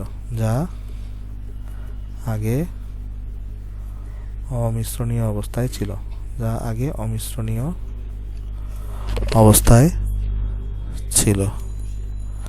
কিন্তু এখন কোয়েশ্চেন হচ্ছে, ভাই নাইট্রোজেন ফুসফুসে রক্তে মিশলে প্রবলেমটা কোথায়? সমস্যা কই? মিশে যাক, সমস্যা কোথায়? প্রবলেমটা কোথায়? প্রবলেমটা কোথায় তৈরি হয় দেখো, প্রবলেমটা কোথায় তৈরি হয় দেখো। তখন সে যখন ধরো এখানে ভূমিষ্ঠ, এটা ধরো তোমার গভীরতায় আছে, ধরো এটা তোমার ভূমিষ্ঠ, এটা তোমার ধরো গভীরতা, ওকে, এটা হচ্ছে ভূমিষ্ঠ, এটা তোমার এখানে গভীরতা। চলো আমরা আলোচনা করি প্রবলেমটা নিয়ে। এখন এখানে দেখো প্রবলেমটা কি, প্রবলেমটা নিয়ে চলো আমি ডিসকাশন করি। তোমার এখানে দেখো প্রবলেমটা হচ্ছে যে, তাহলে সে যখন গভীরতায় আসে তখন তার উপর তাহলে প্রেশার কতটুকু আছে? পি অ্যাটমসফিয়ার প্লাস এইচ রোজি, এবং এখানে নাইট্রোজেনটা মিশ্রিত অবস্থায় আছে, নাইট্রোজেন মিশ্রিত অবস্থায় আছে। সে যখন উপর উঠে আসবে, এই ডুবুরি যখন তোমার উপর উঠে আসবে, মানে পৃষ্ঠ যখন উঠে আসবে, তার উপর তখন প্রেশার কত? P atmosphere. তাহলে প্রেশারটা কমে গেল না? তো প্রেশার কমে গেলে যেটা হবে, নাইট্রোজেন যেটা প্রেশারে দ্রবীভূত ছিল, এই নাইট্রোজেন তো প্রেশারে এখানে লাংসের মধ্যে দ্রবীভূত হয়ে গেছিলো, কিন্তু এখন সে যখন উপর উঠে আসবে তখন তো তার উপর প্রেশারটা কমে যাবে, এইচ রোজি তো থাকবে না। তখন যেটা হবে, এই নাইট্রোজেনগুলা বুদবুদ আকারে তোমার বিভিন্ন শরীরের বিভিন্ন অঙ্গ প্রত্যঙ্গ দিয়ে বের হওয়ার চেষ্টা করবে। সেটা হইতে পারে তোমার ত্বক হইতে পারে, তারপর তোমার গলা হইতে পারে, বিভিন্ন ত্বকীয় যে রন্ধ্রগুলো থাকে, ত্বকীয় যে ছিদ্রগুলো থাকে, সেগুলো দিয়ে এই নাইট্রোজেনগুলো বুদবুদ আকারে বের হয়ে আসার চেষ্টা করবে। আর এই যখন বের হয়ে আসার যখন চেষ্টা করবে, তখন আসলে ডুবুরির শরীরে প্রচণ্ড তোমার হচ্ছে ব্যথা সৃষ্টি হবে এবং বিভিন্ন ধরনের তোমার রোগ বালাইয়ের সৃষ্টি হইতে পারে। তো এই ঘটনাটাকে আমরা বলি ডিকম্প্রেশন সিকনেস, বা যেটাকে বলা হয় দ্য ব্যান্ড বলা হয়, ওকে। তাহলে জিনিসটা চলো আমি তোমাকে বুঝাই বলি। এখন দেখো, তাহলে আমরা এখানে বললাম এই অতিরিক্ত চাপের কারণে নাইট্রোজেন গ্যাস ফুসফুসের রক্তে মিশে যায়, যা আগে অমিশ্রণীয় অবস্থায় ছিল। এখন ডুবুরি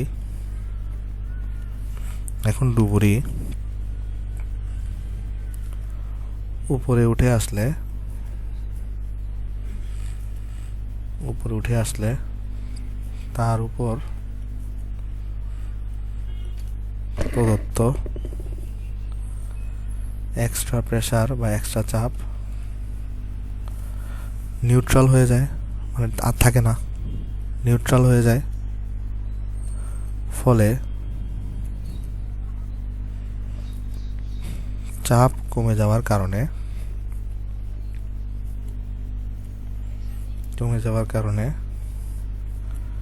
নাইট্রোজেন গ্যাস আর রক্তে দ্রবীভূত অবস্থায় থাকতে পারে না, আর রক্তে দ্রবীভূত অবস্থায় থাকতে পারে না। তারা তখন বিভিন্ন ত্বকীয় ছিদ্রের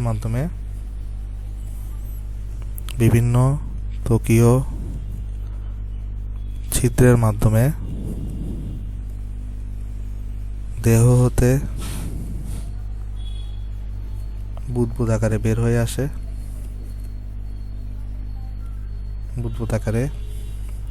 হয়ে আসে, ফলে ডুবুরির শরীরে বিভিন্ন সমস্যার সৃষ্টি হতে পারে,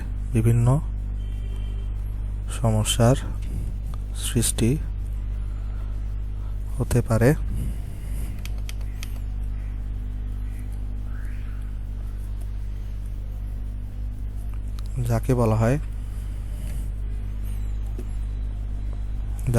হয় মানে এই বিভিন্ন জয়েন্টে ব্যথা হইতে পারে, তারপরে তোমার অনেকগুলা হাত পায়ে ব্যথা হইতে পারে, তাকে বলা হয় ডিকম্প্রেশন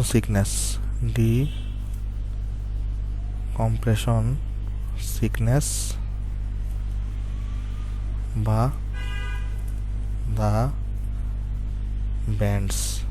এটাকে বলা হয় কি বলতো?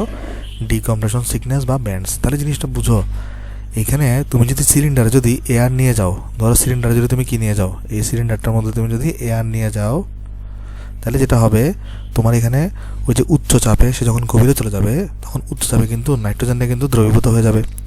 এর ফলে যখন সে উপরে উঠে আসবে, তখন নাইট্রোজেন কিন্তু তোমার এখানে ওই যে যেহেতু চাপ কমে গেছে, তাহলে এটা কিন্তু তোমার আর রক্ত দ্রবীভূত থাকবে না, ফলে সেটা বুদবুদ আকারে তোমার দেহতে বের হওয়ার চেষ্টা করবে, আর তখনই তোমার দেহের মধ্যে বিভিন্ন সমস্যা দেখা দিবে।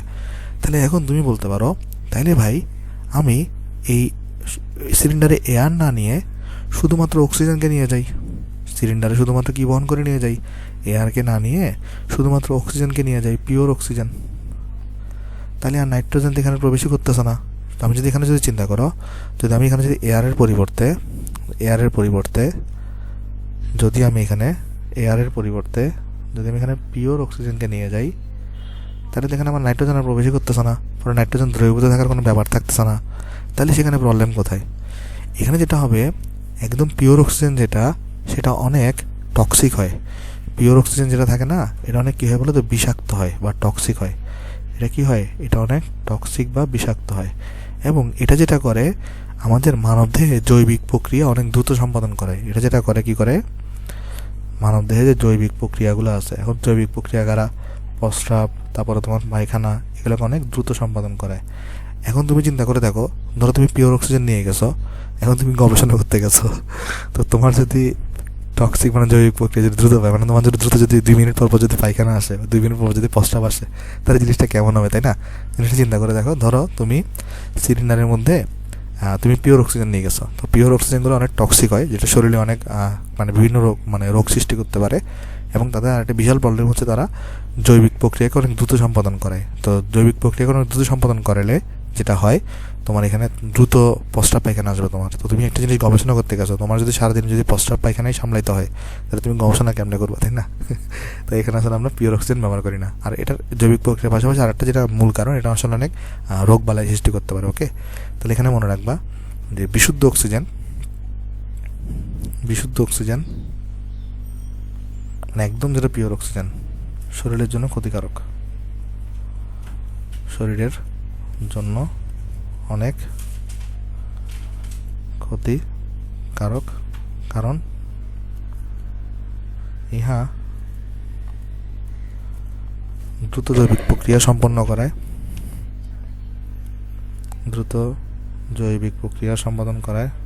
জৈবিক প্রক্রিয়া সম্পাদন করায়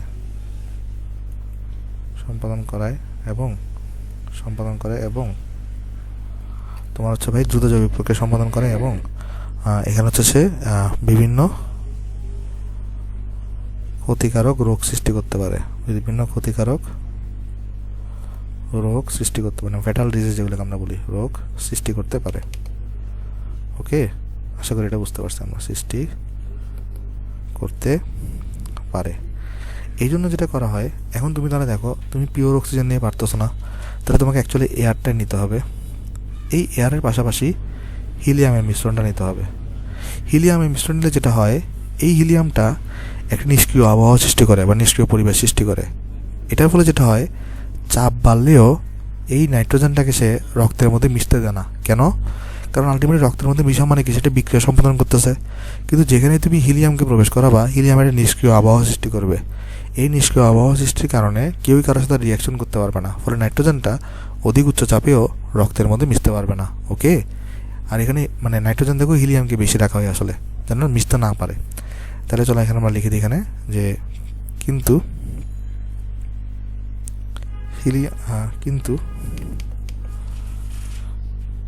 এয়ারের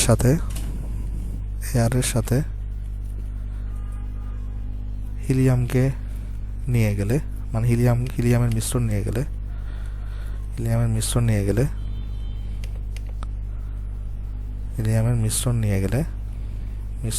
গেলে ইহা একটি নিষ্ক্রিয় পরিবেশ সৃষ্টি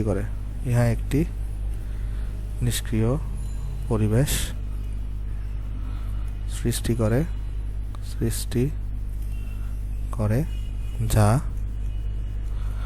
নাইট্রোজেনকে রক্তের সাথে মিশতে দেয় না, ফলে ডিকম্প্রেশন সিকনেস হতে রক্ষা পায়। ফলে ডুবুরি ডিকম্প্রেশন সিকনেস হতে রক্ষা পায়। কেমন? আশা করি আমরা এখন পুরোপুরি ব্যাখ্যাটা পাইছি আসলে যে কেন তোমার হচ্ছে যে আমরা গভীর সমুদ্রের ডুবুরিরা অক্সিজেনের পরিবর্তে হিলিয়াম এবং অক্সিজেনের মিশ্রণ ব্যবহার করে। ওকে, তাহলে চলো আমরা কিছু কোয়েশ্চন ব্যাংকের প্রবলেম সলভ করে ফেলে আসো। যেমন দেখো, এগুলো আমি তোমাকে পড়াই ফেলেছি অলরেডি, যে ফার্স্টে জিজ্ঞেস করছে এখানে ধাতুর ওয়েল্ডিংয়ে হিলিয়ামের উপস্থিতি কেন করা হয়, ধাতুর ওয়েল্ডিং হিলিয়ামের উপস্থিতিতে কেন করা হয়, নিষ্ক্রিয় আবহাওয়া সৃষ্টির জন্য। তো চলো তোমাকে আমি সংক্ষেপে আনসার করে রেখে দিই। এক নম্বর আনসার কি, নিষ্ক্রিয় আবহাওয়া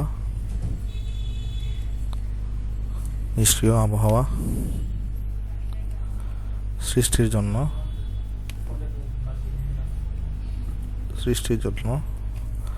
ধাতুর ওয়েল্ডিং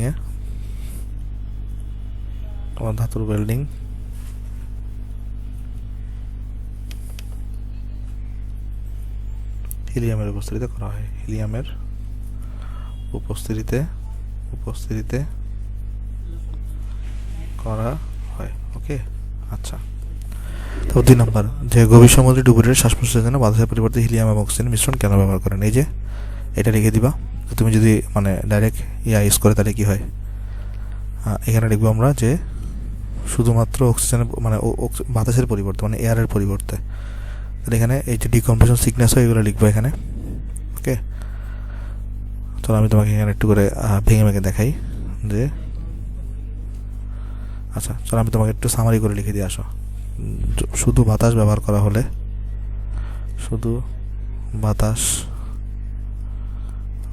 করা হলে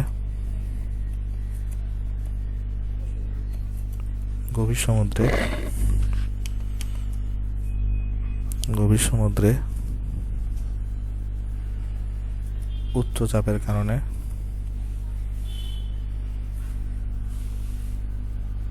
নাইট্রোজেন গ্যাস ফুসফুসের রক্তে মিশে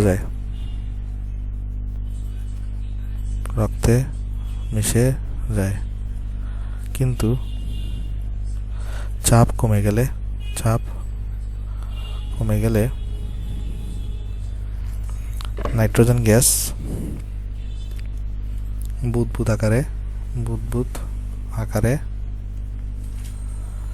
ত্বকের বিভিন্ন ছিদ্র দিয়ে বের হয়ে আসার চেষ্টা করে,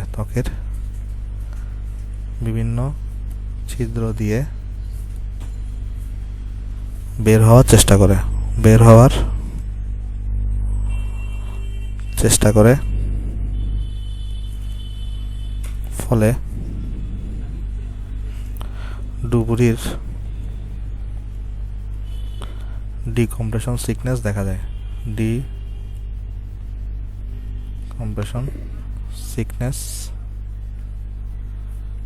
যায়।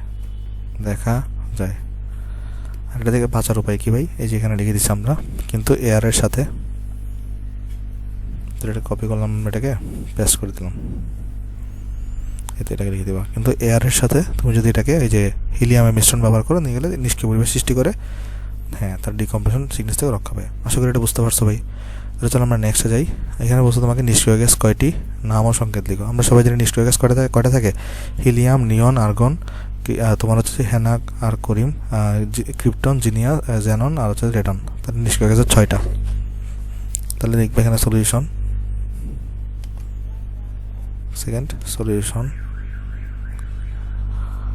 নিষ্ক্রিয় গ্যাস হলো 6টি। নিষ্ক্রিয় গ্যাস হলো 6টি। এদের নাম কি এবং সংকেত কি এখানে লিখতে বলছে।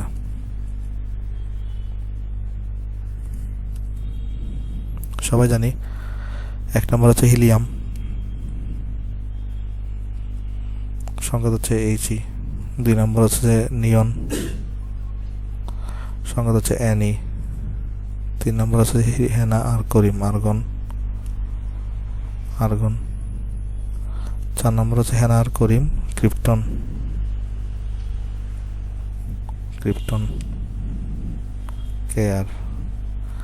5 নম্বর হচ্ছে তোমার জ্যানন, Xc। 6 নম্বর হচ্ছে তোমার রেডন, Rn। যে কোনো 3টি ইলেকট্রোবিন্যাস দেখাও। তাহলে চলো আমরা প্রথম 3টাকে দেখাই। হিলিয়াম হচ্ছে 2, 1s2, নিয়ন হচ্ছে 10, 1s2, 2s2, 2p6, আর আর্গন হচ্ছে 18, তাহলে হচ্ছে 1s2, 2s2, 2p6, 3s2, 3p6। ওকে, আশা করি এটা বুঝতে পারছো এখানে। তাহলে এরপরে আসলে আচ্ছা এই কোয়েশ্চন ধরে তুমি পারবা। এই যে এখানে কি ঘটে কারণ উল্লেখ করো, আমরা এখানে দেখাইছি, এখানে দেখো, হ্যাঁ জাস্ট এটা এখানে আলোচনা করে দিবা। চলো আমি তোমাকে এটা কপি করে দেখাই, নিয়ে যাই। দুটো কোয়েশ্চেনের আসলে আনসার সেম। যে কোয়েশ্চেন করছে ব্রোমাইড আয়ন আছে, তাহলে এখানে কি হবে, ধরো 1 সেকেন্ড, হ্যাঁ আসছে। এটা মুছে দিয়ে আসো। হ্যাঁ এখানে কোয়েশ্চেন করছে কি ভাই, কোয়েশ্চেন করছে যে সমুদ্রের পানিতে ব্রোমাইড আয়ন আছে, তাহলে এর সাথে ক্লোরিন গ্যাস চালনা করলে কী ঘটবে দেখাও। তাহলে এটা লেখার দরকার নেই এখন, যেহেতু কোয়েশ্চেনে বলেই দিছে তোমাকে আছে এখানে ব্রোমাইড আয়ন আছে, তাহলে আয়নের বিক্রিয়াটা দেখাবা আর এই জিনিসটা এখানে লিখে দিবা, বাস শেষ। এটাই তোমার এখানে আনসার। সক্রিয়তা ক্রম লেখার দরকার নাই। এই কোয়েশ্চেন আনসার তুমি জাস্ট এই চিত্রটা আঁকবা আর এখানে এই লেখাটা লিখলেই হবে। কেমন, এই লেখাটা এখানে লিখে দিলেই হবে। সলিউশন তাহলে আমি চলো বুঝাই বলি তোমাকে আরেকবার। দেখো এখানে বলছে কি, সমুদ্রের পানিতে ব্রোমাইড আয়ন আছে, সমুদ্রের পানির ভিতর দিয়ে ক্লোরিন গ্যাস চালনা করলে কি ঘটবে বিক্রিয়ার সাথে দেখাও। বিক্রিয়ার কারণ উল্লেখ করে আমি উল্লেখ করে দিচ্ছি। কেমন, আর এটাও তুমি পারবা সেমভাবে। আমি এটা তোমাকে বাড়ি গ্যাস দিই, এখানে নিজের মতো করে লিখবা, এটা সেম কোয়েশ্চন। ওকে, নিজের মতো করে লিখবা, সেম কোয়েশ্চন ভাই, এটা SW। তাহলে চলো আমরা নেক্সটে যাই, আসো। সো আজকে আসলে আমাদের সময় নেই, আমি এগুলো নেক্সট দিন করাবো। যেমন বিষাক্ত তরল কোনটি, MCQ দাগে দিয়ে আসবো একটা। আমরা সবাই জানি বিষাক্ত তরল হচ্ছে ব্রোমিন। হ্যালোজেন শক্তির কর্মক্ষেত্রে কোনটি সঠিক, আমরা HI জানি সবচেয়ে বেশি হয়, তারপর HBr, তারপর HCl, তারপর HF। হ্যাঁ, তো কোনটি আর্গনের ব্যবহার নয়, আর্গনের ব্যবহার হচ্ছে, আর্গন কিন্তু লেজার বিম তৈরিতে ব্যবহার করা হয় না। লেজার বিম হচ্ছে নিয়ন, দেখো লিখে দিয়ে আসছিলাম আমি তোমাকে, লেজার বিম এখানে কিন্তু নিয়ন। ওকে, আচ্ছা এরপরে বলছে এখানে নিচের কোনটি ক্যান্সার চিকিৎসায় ব্যবহৃত হয়, রেডন। অসামঞ্জস্য বিক্রিয়া করে কোন মৌলটি ক্লোরিন, কারণ এখানে হচ্ছে 17 নম্বর মৌলের মানে এটা। আচ্ছা ডি ব্লক তোমাকে এখন আমি পরে নেই, এটা পরে আনসার করব। কোন হ্যালোজেনটি তরল হিসেবে পাওয়া যায়, ব্রোমিন। ম্যাঙ্গানিজ এখনও পরে নেই তোমাকে আমি, জায়ান্ট হচ্ছে সিলিকন ডাইঅক্সাইড মনে রাখবা, এটা এখন আমি পরে নিই। তাহলে এগুলো ডিলিট করে দিই যেগুলো পরে নিই, এমন ডিলেট। তারপরে তোমার এটাও ডিলেট, এটাও তোমার এখানে ডিলেট। তো আজকে সময় নেই, সময় থাকলে এগুলো করে দিতাম।